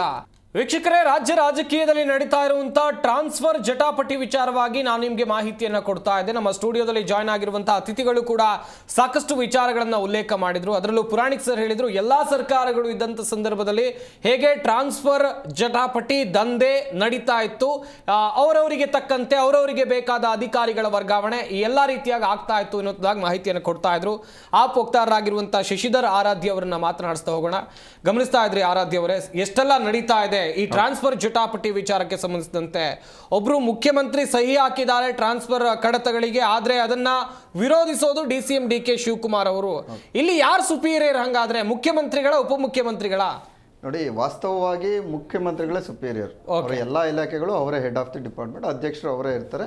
ಇದೊಂದು ಪ್ರಜಾಪ್ರಭುತ್ವ ವ್ಯವಸ್ಥೆಯಲ್ಲಿ ಅವರ ಆಡಳಿತಕ್ಕೋಸ್ಕರನೇ ಇರ್ತಕ್ಕಂಥದ್ದು ಮಂತ್ರಿಮಂಡಲ ಇರ್ತಕ್ಕಂಥದ್ದು, ಅವರ ಅಧ್ಯಕ್ಷತೆಯಲ್ಲಿ ಮಂತ್ರಿಮಂಡಲ ಇರ್ತಕ್ಕಂಥದ್ದು. ಉಪಮುಖ್ಯಮಂತ್ರಿಗಳೇನಿದೆ ಅದು ಸಾಂವಿಧಾನಿಕ ಹುದ್ದೆ ಅಲ್ಲ, ಅದು ಗೌರವಯುತವಾದಂಥ ಹುದ್ದೆ. ಇನ್ನೇನು ಅಕಾಮಡೇಟ್ ಮಾಡೋದಕ್ಕಾಗೋದಿಲ್ಲ, ಅವರು ಮುಖ್ಯಮಂತ್ರಿಗೆ ಕೊಡೋದಕ್ಕಾಗೋದಿಲ್ಲ ಅನ್ನುವಾಗ ಒಂದು ಪಕ್ಷಗಳು ಅವ್ರಿಗೋಸ್ಕರ ಒಂದು ಅಕಾಮಡೇಟ್ ಮಾಡಬೇಕಂತ ಗೌರವಯುತವಾದಂಥ ಹುದ್ದೆಯನ್ನು ಕೊಟ್ಟಿದ್ದಾರೆ. ಅದು DK ಶಿವಕುಮಾರ್ ಅವರು ಉಪಮುಖ್ಯಮಂತ್ರಿಗಳಾಗಿದ್ದಾರೆ. ಆದರೂ ಸಹ ತಮ್ಮ ಇಲಾಖೆಗಳಲ್ಲಿ ನಡೆದಿರ್ತಕ್ಕಂತಹ ಎಲ್ಲ ವಿಚಾರಗಳು ಸಹ ಅವ್ರಿಗೆ ತಿಳಿಬೇಕಾಗಿರೋದು ಸಹ ವಾಸ್ತವ. ಇಲ್ಲಿ ಏನಾಗಿದೆ ಅಂದರೆ ಎಲ್ಲರೂ ಸಹ ವ್ಯಾಪಾರೀಕರಣಗೊಂಡಿದ್ದಾರೆ. ನನಗೆಷ್ಟು ಬರಬೇಕು, ನನ್ನ ಮನೆಗೆ ಎಷ್ಟು ಬರಬೇಕು, ನನ್ನ ಮನೆಗೆ ಎಷ್ಟು ಬರಬೇಕು ಅಂತ. ರಾಜ್ಯ ಸರ್ಕಾರಗಳು ಜನಪರವಾದಂಥ ಕೆಲಸ ಮಾಡಬೇಕಾಗಿರ್ತಂಥ ಕೆಲಸಗಳನ್ನು ಇವರು ಪ್ರೈವೇಟ್, ವಿಧಾನಸೌಧವನ್ನು ಪ್ರೈವೇಟ್ ಲಿಮಿಟೆಡ್ ಮಾಡ್ಕೊಂಡಿದ್ದಾರೆ. ದೇವರ ಕೆಲಸ ಅಂತ ಏನು ಹೇಳಿದ್ರು, ಸರ್ಕಾರಿ ಕೆಲಸ ದೇವರ ಕೆಲಸ ಅಲ್ಲ. ಇದು ಸರ್ಕಾರಿ ಕೆಲಸ, ದುಡ್ಡು ಇದ್ರೆ ಕೆಲಸ, ದುಡ್ಡು ಕೊಟ್ರೆ ಕೆಲಸ, ದುಡ್ಡು ಕೊಟ್ರೆ ನೀನು ಟ್ರಾನ್ಸ್ಫರು, ದುಡ್ಡು ಕೊಡದೆ ಇದ್ರೆ ನಿನ್ನನ್ನು ಯಾವುದು ಕೆಲಸ ಇಲ್ದಂಗೆ ಸುಮ್ಮನೆ ಮನೇಲಿ ಕೂರಿಸಿರೋದು ಸಾಕಷ್ಟು ಜನ ಹೇಳ್ತಾ ಇದ್ದಾರೆ. ರವಿ ಡಿ ಚನ್ನಣ್ಣ ಅವ್ರು ನನಗೆ ಇನ್ನೂ ಯಾವುದೋ ಹುದ್ದೆನೇ ಕೊಟ್ಟಿಲ್ಲ, ಯಾಕಂದ್ರೆ ಕೂರಿಸಿದ್ದಾರೆ ನನ್ನನ್ನು, ಒಂದು ಎಫಿಷಿಯೆಂಟ್ ಆಫೀಸರ್ನ ನೀವು ಆ ರೀತಿ ಕೂರಿಸಿದ್ದೀರಾ. ಅವ್ರದ್ದೇನಾದ್ರೂ ಸಮಸ್ಯೆ ಇದ್ರೆ ಅದಕ್ಕೆ ಕಾನೂನು ರೀತಿಯಾದ ಕ್ರಮ ಇರುತ್ತೆ. ಆ ಕ್ರಮ ಮುಗಿದ ಮೇಲೆ ಆದ್ರೆ ನಿಮ್ಗೆ ಹುದ್ದೆ ಕೊಡ್ಬೇಕಲ್ಲ. ನೀವು ಹಣ ಕೊಡ್ಲಿಲ್ಲ ಅಂದ್ರೆ ಯಾವ ಹುದ್ದೆನೂ ಕೊಡೋದಿಲ್ಲ. ಒಂದು ಯಾವುದೋ ಮೂಲೆಯಲ್ಲಿ ಒಂದು ಟೇಬಲ್ ಕೊಟ್ಬಿಟ್ಟು, ಚೇರ್ ಕೊಟ್ಬಿಟ್ಟು ಅವ್ರು ಕೂರಿಸುವಂತ ವ್ಯವಸ್ಥೆಗಳನ್ನು ಸಹ ಈ ಸರ್ಕಾರಗಳು ಮಾಡ್ತಾ ಇದ್ದಾವೆ. ಇದು ಹಣದಿಂದ, ಹಣಕ್ಕೋಸ್ಕರ, ಹಣನೇ ಎಲ್ಲ ಅನ್ನುವಂತ ಸರ್ಕಾರ ಈ ಕಾಂಗ್ರೆಸ್ ಸರ್ಕಾರ. ಇಲ್ಲಿ ನಮ್ಮ ಜನನು ಯಾಮಾರಿದ್ದಾರೆ. ಯಾಕಂದ್ರೆ ಈರುಳು ಕಂಡ ಬಾವಿಗೆ ಹಗಲು ಬಿದ್ರಂತೆ. ಬಿಜೆಪಿಯನ್ನು ಭ್ರಷ್ಟಾಚಾರ ನೋಡಿ ನೋಡಿ ಸಹಿಸಲಾಗದೆ ಕಾಂಗ್ರೆಸ್ ಏನೋ ಒಳ್ಳೇದು ಮಾಡುತ್ತೆ ಅಂತ ಕಾಂಗ್ರೆಸ್ಗೆ ಕೊಟ್ಟರು. ಬಂದ ದಿನದಿಂದನೂ ಸಹ ಈ ಭ್ರಷ್ಟಾಚಾರಗಳು ನಡೀತಾನೆ ಇದೆ. ಮತ್ತು ಟ್ರಾನ್ಸ್ಫರ್ದಿಂದ ಇವ್ರು ಬಂದು ಫಸ್ಟ್ ಡೇ ಇಂದ ಮುಖ್ಯಮಂತ್ರಿಗಳು ಪ್ರಮಾಣ ವಚನ ಸ್ವೀಕರಿಸಿದ ರಾತ್ರಿಯಿಂದನೇ ಈ ಟ್ರಾನ್ಸ್ಫರ್ ದಂಧೆಗಳು ಶುರುವಾಗಿದ್ದವು. ಕೋಟಿ ಗಟ್ಟಲೆ ಇದಾವೆ. ನನಗೊಂದು ಎಕ್ಸಾಂಪಲ್ ಹೇಳ್ತೀನಿ. 2009ರಲ್ಲಿ ಇದಕ್ಕೊಂದು ಪ್ರಾಧಿಕಾರಗಳಿದ್ವು. ಏನಂದ್ರೆ ಅವು ಹುದ್ದೆಗಳನ್ನ ಬದಲಾಯಿಸಬೇಕು ಅಂದ್ರೆ, ಟ್ರಾನ್ಸ್ಫರ್ ಮಾಡಬೇಕಂತ ಆ ಇಲಾಖೆಗಳ ಪ್ರಾಧಿಕಾರಿಗಳು ಇದನ್ನು ಕೆಲಸ ಮಾಡ್ತಾ ಇದ್ದು. ಆ ಇಲಾಖೆಗಳಲ್ಲಿ ಯಾರು ಸೂಕ್ತ, ಈ ಜಿಲ್ಲೆಗೆ ಯಾರು ಸೂಕ್ತ, ಮಂಗಳೂರಿಗೆ ಯಾರು ಸೂಕ್ತ, ಗುಲ್ಬರ್ಗಕ್ಕೆ ಯಾರು ಸೂಕ್ತ, ಮತ್ತೆ ಚಾಮರಾಜನಗರಕ್ಕೆ ಯಾರು ಸೂಕ್ತ, ಬೆಂಗಳೂರಿಗೆ ಯಾರು ಸೂಕ್ತ, ಕೋಲಾರಕ್ಕೆ ಯಾರು ಸೂಕ್ತ ಅನ್ನೋದನ್ನ ಪ್ರಾಧಿಕಾರ ಡಿಸೈಡ್ ಮಾಡ್ತಾ ಇತ್ತು. ಅದನ್ನ ಮೊಟಕುಗೊಳಿಸಿ ಎಲ್ಲ ಇದನ್ನ ತನ್ನ ಮುಖ್ಯಮಂತ್ರಿಗಳು ತನ್ನ ತೆಕ್ಕೆಗೆ ತಗೊಂಡ್ರು 2009ರಲ್ಲಿ, ಇದೇ ಬಿಜೆಪಿ ನೇತೃತ್ವದ ಸರ್ಕಾರ ಇದ್ದಾಗ. ಇದನ್ನ ಎಲ್ಲರೂ ಸಹ ಇವು ಶಾಪವಾಗಿದೆ, ಎಲ್ಲದು ವರ ಅಂತ ತಗೊಂಡ್ರು. ಆ ದಂಧೆ ಮಾಡೋದಕ್ಕೆ ಏನೋ ಅವ್ರೇನೋ ಯಾವ ರೀತಿಯಾದಂತ ತಗೊಂಡಿದ್ರೋ ಗೊತ್ತಿಲ್ಲ ಆ ಕಾಲದಲ್ಲಿ. ಇವತ್ತು ಅದು ದೊಡ್ಡ ದಂಧೆ ಆಗಿ ಕೂತಿದೆ. ಪ್ರಾಧಿಕಾರನೇ ಇಲ್ಲ ನೋಡಿ. ಪೊಲೀಸ್ ಪ್ರಾಧಿಕಾರ ಅಂತ ಒಂದಿತ್ತು. ಪೊಲೀಸ್ ಪ್ರಾಧಿಕಾರ ಹೇಗಿತ್ತು ಅಂದ್ರೆ, ಒಂದು ಆಫೀಸರ್, ಒಂದು SI, ಒಂದು CPI ಆ ಸ್ಟೇಷನ್ಗೆ ಹೋಗ್ಬೇಕು ಅಂದ್ರೆ ಮೌಲ್ಯಮಾಪನ ಮಾಡ್ತಾ ಇದ್ದ. ಆ ಸ್ಟೇಷನ್ ಎಷ್ಟು ವಾಸ್ತವ ಏನಿದೆ, ಆ ಸ್ಟೇಷನ್ ಕ್ರೈಮ್ಸ್ ಎಷ್ಟಿದೆ, ಆ ಕ್ರೈಮ್ಗೆ ಯಾರು ಸೂಕ್ತ, ಸೂಕ್ತ ಇನ್ಸ್ಪೆಕ್ಟರ್ ಯಾರು, ಸೂಕ್ತ ACP ಯಾರು, ಸೂಕ್ತ DCP ಯಾರು ಅಂತ ನೋಟಿಫೈ ಮಾಡಿ ಅವನನ್ನ ಚೆಕ್ ಮಾಡಿ ಅಲ್ಲಿ ಕಳಿಸ್ತಾ ಇದ್ರು. ಅಲ್ಲಿ ನಿವೃತ್ತ ನ್ಯಾಯಾಧೀಶರು ಇರ್ತಾ ಇದ್ರು, IPS ಆಫೀಸರ್, ನಿವೃತ್ತ IPS ಆಫೀಸರ್ ಇರ್ತಾ ಇದ್ರು, ದೊಡ್ಡ ದೊಡ್ಡ DGIG ಇರ್ತಕ್ಕಂಥ ನಿವೃತ್ತರು ಇರ್ತಾ ಇದ್ರು, ಮತ್ತೆ ಇರ್ತಕ್ಕಂಥ DGIGನೂ ಅದರಲ್ಲಿ ಒಬ್ಬ ಸದಸ್ಯರು ಇರ್ತಾ ಇದ್ರು. ಆದ್ರೆ ಇವತ್ತು ಎಲ್ಲ ಏಕಾಏಕಿ ಎಲ್ಲ ಕೇಂದ್ರೀಕೃತವಾಗಿರತಕ್ಕಂಥದ್ದು ಮುಖ್ಯಮಂತ್ರಿಗಳ ಕೈಯಲ್ಲಿ. ಮುಖ್ಯಮಂತ್ರಿಗಳೇ ಎಲ್ಲ ಸೈನ್ ಹಾಕಿದ್ರೆ ಸರಿ ಹೋಗುತ್ತೆ. ಆದ್ರಿಂದ ಕೊಡ್ತಾರೆ ನೋಡಿ. ಬೆಂಗಳೂರಿಗೆ ಬರ್ಬೇಕಂದ್ರೆ ACP ಬರ್ಬೇಕಂದ್ರೆ 1 ಕೋಟಿ ಕೊಟ್ರೆ ಅವ್ನಿಗೆ ಸೈನು. CPI ಮಡಿವಾಳ ಬರ್ಬೇಕು ಅಂದ್ರೆ 60 ಲಕ್ಷ ಕೊಟ್ರೆ ಮಡಿವಾಳ, 50 ಲಕ್ಷ ಕೊಟ್ರೆ ಕೆಂಗೇರಿ, ಉಪ್ಪಾರ್ಪೇಟೆ 1 ಕೋಟಿ ಕೊಟ್ರೆ CPI ಉಪ್ಪಾರ್ಪೇಟೆ. ಯಾರು ಡಿಸ್ಟ್ರಿಬ್ಯೂಟ್ ಮಾಡ್ತಾ ಇದ್ದಾರೆ? ಅದೇ ಹೇಳ್ತಾ ಇರೋದು, ಪ್ರೈವೇಟ್ ಕಂಪ್ನಿ ಮಾಡ್ಕೊಂಡಿದ್ದಾರೆ ವಿಧಾನಸೌಧನ. ಈ ರೀತಿ ಆದ್ರೆ ದೇಶ ಅರಾಜಕತೆ ಹೋಗುತ್ತೆ. ರಾಜ್ಯ ಒಂದು ಈಗ ನೋಡ್ತಾ ಇದ್ದೀವಿ, ಮಂಗಳೂರು ಘಟನೆಗಳು ನೀವೇ ಹೇಳ್ತಾ ಇದ್ದೀರಾ. ಯಾಕೆ ಮಂಗಳೂರು ಘಟನೆಗಳು ಈ ತರ ಆಗ್ತಾ ಪದೇ ಪದೇ ಯಾಕೆ ಆಗ್ತಾ ಇದೆ? ನೀವು ಅವ್ರನ್ನ ನೋಡಿದ್ರಿ ಅಂತ ಇವ್ರು ನೋಡಿತಾ ಇದ್ರೆ, ಇವ್ರು ನೋಡಿದ್ರೆ ಅವ್ರನ್ನ ನೋಡಿತಾ ಇದ್ರೆ, ಅಂದ್ರೆ ಇಂಟೆಲಿಜೆನ್ಸ್ ಫೇಲ್ಯೂರ್ ಅಲ್ವಾ? ನೀವು ನುರಿತವಾದಂತಹ ದಕ್ಷ ಅಧಿಕಾರಿಗಳನ್ನ ಅಲ್ಲಿದ್ರೆ ಈ ರೀತಿಯಾದಂತ ಆಗುತ್ತಾ? ಎಡೆಮುರಿ ಕಟ್ಟುವಂತಹ ಅಧಿಕಾರಿಗಳು ಮುಂಚೆ ಇದ್ರು. 83ರಲ್ಲಿ ರಾಮಕೃಷ್ಣ ಹೆಗಡೆ ಅವರು ಇದ್ರು. ರಾಮಕೃಷ್ಣ ಹೆಗಡೆ ಅವರು ತೆಗೆದುಕೊಂಡ ನಿರ್ಧಾರ ಬೆಂಗಳೂರಿನ 50%, 60% ನಮ್ಮ ರೌಡಿಸಂ ಖತಮ್ ಆಯ್ತು. ಎಂತೆಂತ ನೊಟೋರಿಯಸ್ ರೌಡಿಗಳಿದ್ರು ಬೆಂಗಳೂರಿನಲ್ಲಿ, ಬೇರೆ ಬೇರೆ ಕಡೆ ಮಂಗಳೂರಿನಲ್ಲಿ ಮತ್ತೆ ಹುಬ್ಳಿಗಳಲ್ಲಿ ಹೆಗಡೆ ಅವರು ತಗೊಂಡಕ್ಕಂತ ನಿರ್ಧಾರ ಎಡೆಮರೆ ಕಟ್ಟುವಂತಾಯ್ತು. ಅಂತಹ ನಿರ್ಧಾರಗಳನ್ನು ತಗೊಳ್ಬೇಕಾದ್ದು ನಮ್ಮ ಸರ್ಕಾರದ ಕರ್ತವ್ಯ ಆಗ್ಬೇಕಾಗಿತ್ತು. ಆದ್ರೆ ಇಲ್ಲಿ ಅದಾಗ್ತಾ ಇಲ್ಲ. ಇಲ್ಲಿ ಆಗ್ತಾ ಇರೋದು ದಂಧೆ ದಂಧೆ ದಂಧೆ. ನೋಡಿ ಎಲ್ಲಿ ಅಂದ್ರೆ ಟೀಚರ್ ಟ್ರಾನ್ಸ್ಫರ್ ಮಾತ್ರ ಒಂದು ಶಿಕ್ಷಕ ಸೌಧದಲ್ಲಿ ಅದಕ್ಕೊಂದು ಪ್ರಾಧಿಕಾರ ಮಾಡಿದ್ದಾರೆ, ಕೌನ್ಸಿಲಿಂಗ್ ಮಾಡಿದ್ದಾರೆ. ಕೌನ್ಸಿಲಿಂಗ್ ಮುಖಾಂತರ ಶಿಕ್ಷಕರನ್ನು ಮಾತ್ರ ವರ್ಗಾವಣೆ ಮಾಡ್ತಾರೆ. ಎಲ್ಲಿಗೂ ಮಾಡ್ಬೇಕು, ಅಲ್ಲಿ ದಂಧೆ ಆಗೋದಕ್ಕೆ ಚಾನ್ಸ್ ಇಲ್ಲ. ಆದ್ರೆ ನೀವು ಎಲ್ಲಾ ಇಲಾಖೆಗಳು ಅದೇ ರೀತಿ ಮಾಡ್ಬೋದಲ್ಲ. ಕೌನ್ಸಿಲರ್ಗಳನ್ನ ಮಾಡಿ ಯಾವ ಪ್ರದೇಶಕ್ಕೆ ಯಾವ ಅಧಿಕಾರಿಗಳನ್ನು ಸೂಕ್ತ ಅದನ್ನ ಅವ್ರು ನಿರ್ದೇಶನ ಕೊಡಿ. ನೀವು ಮಂತ್ರಿಗಳು ನಿರ್ದೇಶನ ಕೊಡಿ, ಮುಖ್ಯಮಂತ್ರಿಗಳು ನಿರ್ದೇಶನ ಕೊಡುವಂತ ಆಗ್ಬೋದು, ಚೀಫ್ ಸೆಕ್ರೆಟರಿ ನಿರ್ದೇಶನ ಕೊಡಬಹುದು. ಆದ್ರೆ ಏಕಾಏಕಿ ಎಲ್ಲವನ್ನು ಮುಖ್ಯಮಂತ್ರಿಗಳೇ ಕೊಟ್ಟಾಗ ಇಲಾಖೆಗಳು ಈ ರೀತಿ ಅಧ್ವಾನ ಆಗುತ್ತೆ. ಈಗ ಗ್ರೇಟರ್ ಬೆಂಗಳೂರು ಹಾಗೆ ಆಗುತ್ತೆ. ಗ್ರೇಟರ್ ಬೆಂಗಳೂರು ಅಧ್ಯಕ್ಷರು ಮುಖ್ಯಮಂತ್ರಿಗಳು ಮಾಡಬೇಕು. ಆ ರೀತಿಯಾದಂತ ಒಂದೇ ಕಡೆ ಕೇಂದ್ರೀಕೃತ ಆಗಬಾರ್ದು, ಅಧಿಕಾರ ವಿಕೇಂದ್ರೀಕರಣ ಆಗ್ಬೇಕು. ಅಧಿಕಾರ ಎಲ್ಲರ ಇದು ಪ್ರಜಾಪ್ರಭುತ್ವ ವ್ಯವಸ್ಥೆಯಲ್ಲಿ ಎಲ್ಲರಲ್ಲೂ ಅಧಿಕಾರ ವಿಕೇಂದ್ರೀಕರಣಗೊಟ್ಟು ಕೆಲಸ ಆಗ್ಬೇಕು ಅಂತ ನಾವು ಈ ಮೂಲಕ ಹೇಳ್ತಾ ಇದ್ವಿ. ಎಸ್ ಗಮನಿಸ್ತಾ ಇರ್ಬೋದು ವೀಕ್ಷಕರೇ. ಹಾಗೇನೆ ನಮ್ಮ ಈ ಚರ್ಚಾ ಕಾರ್ಯಕ್ರಮದಲ್ಲಿ ಬಿಜೆಪಿ ವಕ್ತಾರರಾಗಿರುವಂತಹ ಶರತ್ ಹೆಗ್ಡೆ ಅವರು ಕೂಡ ಜಾಯ್ನ್ ಆಗಿದ್ದಾರೆ. ಸರ್ ನಮಸ್ಕಾರ, ಕಾರ್ಯಕ್ರಮಕ್ಕೆ ಸ್ವಾಗತ. ಈಗಾಗಲೇ ವರ್ಗಾವಣೆ ದಂಧೆ ನಡೀತಾ ಇದೆ ಅಂತೇಳಿ ನೀವು ಸರ್ಕಾರದ ವಿರುದ್ಧ ಆರೋಪವನ್ನ ಮಾಡಿದ್ರಿ. ದೊಡ್ಡ ಮಟ್ಟದಲ್ಲಿ ಹೋರಾಟ ಕೂಡ ಕಳೆದ ವರ್ಷ ಆಗಿತ್ತು. ಈಗ ಅದಕ್ಕೆ ಸಂಬಂಧಿಸಿದಂತೆ ಒಂದು ಲೆಟರ್ DCM DK ಶಿವಕುಮಾರ್ ಅವರು CSಗೆ ಬರೆದಿದ್ದಾರೆ ಎನ್ನಲಾದಂಥ ಒಂದು ಲೆಟರ್ ಕೂಡ ದೊಡ್ಡ ಮಟ್ಟದಲ್ಲಿ ಸಂಚಲನಕ್ಕೆ ಕಾರಣವಾಗ್ತಾ ಇದೆ. ನಿಜಾನಾ ಸರ್ ದಂಧೆ ನಡೀತಾ ಇರೋದು? ನೋಡ್ರಿ, ಇಲ್ಲಿ ಈ ಆಡಳಿತಾರೂಢ ಕಾಂಗ್ರೆಸ್ ಪಕ್ಷ ಏನಿದೆಯಲ್ಲ, ಇದೊಂದು ಲಜ್ಜೆಗೆಟ್ಟ ಸರ್ಕಾರ ಅಂತ ಹೇಳ್ತೀನಿ ನಾನು. ಓಕೆ, ಇವ್ರಿಗೆ ಯಾವುದು ನೈತಿಕತೆ ಇದೆ? ಇವತ್ತಿನ ಸಂದರ್ಭದಲ್ಲಿ ಇವರು ಒಬ್ಬೊಬ್ಬರು ಅಧಿಕಾರಿಗಳ ಟ್ರಾನ್ಸ್ಫರಿಗಳಿಗೋಸ್ಕರ ಕಿತ್ತಾಟ ಮಾಡ್ತಾ ಇದ್ದಾರಲ್ವಾ. ಒಂದು ಒಂದು ಒಂದು ಜವಾಬ್ದಾರಿಯುತವಾಗಿ ಇರ್ತಕ್ಕಂಥ ಒಂದು ಜನರು ನಿಮಗೆ ಏನೋ ಅಭಿವೃದ್ಧಿ ಮಾಡ್ತಾರೆ, ಏನೋ ಮುಂದಿನ ದಿನಗಳಲ್ಲಿ ನಮ್ಗೆ ಒಳ್ಳೇದಾಗತ್ತೆ ಅಂತ ಹೇಳಿ ಆರಿಸ್ತಂದಿದ್ದಾರಲ್ಲ, ಅವ್ರ ಕಣ್ಣಿಗೆ ಮಣ್ಣೆರ್ಚಿದ್ದೀರಾ ನೀವು? ಏನು ಅಭಿವೃದ್ಧಿ ಮಾಡಿದಿರಿ ಇವತ್ತಿನವರೆಗೆ? 1 ಕಿಲೋಮೀಟರ್ ರೋಡ್ ಆಗಿಲ್ರಿ ಸ್ವಾಮಿ. ಒಂದೇ 1 ಕಿಲೋಮೀಟರ್ ರೋಡ್ ಮಾಡ್ಲಿಕ್ಕಾಗಿಲ್ಲ ನಿಮ್ಮ ಯೋಗ್ಯತೆಗೆ. ಇಬ್ಬರು ಕಚ್ಚಾಟದಲ್ಲಿ ಜನರು ಇವತ್ತಿನ ದಿವಸ ಅವರು ಬಲಿಪಶು ಆಗ್ತಾ ಇದ್ದಾರೆ. ನೋಡಿ, ನೀವು ಯಾವುದನ್ನ ನೀವು ಸಮರ್ಥವಾಗಿ ನಿಭಾಯಿಸಿದ್ದೀರಾ? ಒಂದು ಮೇಕೆದಾಟು ಅಂತೇಳಿ ಪಾದಯಾತ್ರೆ ಮಾಡಿದ್ರಿ, ಎಲ್ಲಿಗೋಯ್ತು ಮೇಕೆದಾಟು? ಎಲ್ಲೋಯ್ತು ಸ್ವಾಮಿ? ಇವತ್ತು ಕಾಂಗ್ರೆಸ್ ವಕ್ತಾರರು ಗೈರಿದ್ದಾರೆ. ನಾನು ನಿಮ್ಮ ವಾಹಿನಿ ಮುಖಾಂತರ ಅವರ ವಕ್ತಾರರಿಗೆ ಮತ್ತೆ ಏನು ಅವರ ನಾಯಕರುಗಳಿಗೆ ಕೇಳ್ತೀನಿ, ಎಲ್ಲೋಯ್ತು ಮೇಕೆದಾಟು? ನಾವು ಮಾಡೋ ಎತ್ತಿನೊಳೆ ಯೋಜನೆಗೆ ನೀವು ಅದಕ್ಕೆ ಪೋಸ್ಟರ್ ಅಂಟಿಸ್ಕೊಂಡು ನಾವು ಮಾಡಿದೀವಿ ಅಂತ ಹೇಳ್ತೀರಾ. ಪ್ರತಿಯೊಂದನ್ನು ಹಿಂದೆ ಮೋದಿಜಿ ಅವ್ರು ಕೊಟ್ಟಂತ ಅಕ್ಕಿಯನ್ನ ಕೊಟ್ಕೊಂಡು ನಾವು ಕೊಟ್ಟಿದೀವಿ ಅಂತ ಹೇಳ್ತೀರಾ. ಪ್ರತಿಯೊಂದರಲ್ಲೂ ನೀವು ಪೋಸ್ಟರ್ ರಾಜಕೀಯ.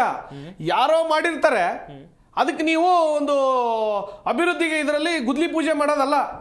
ನೀವು ನಿಮ್ ತಾಕತ್ತು ದಮ್ಮು ಅಂತಿದ್ರೆ ನೀವು ಮಾಡಿ.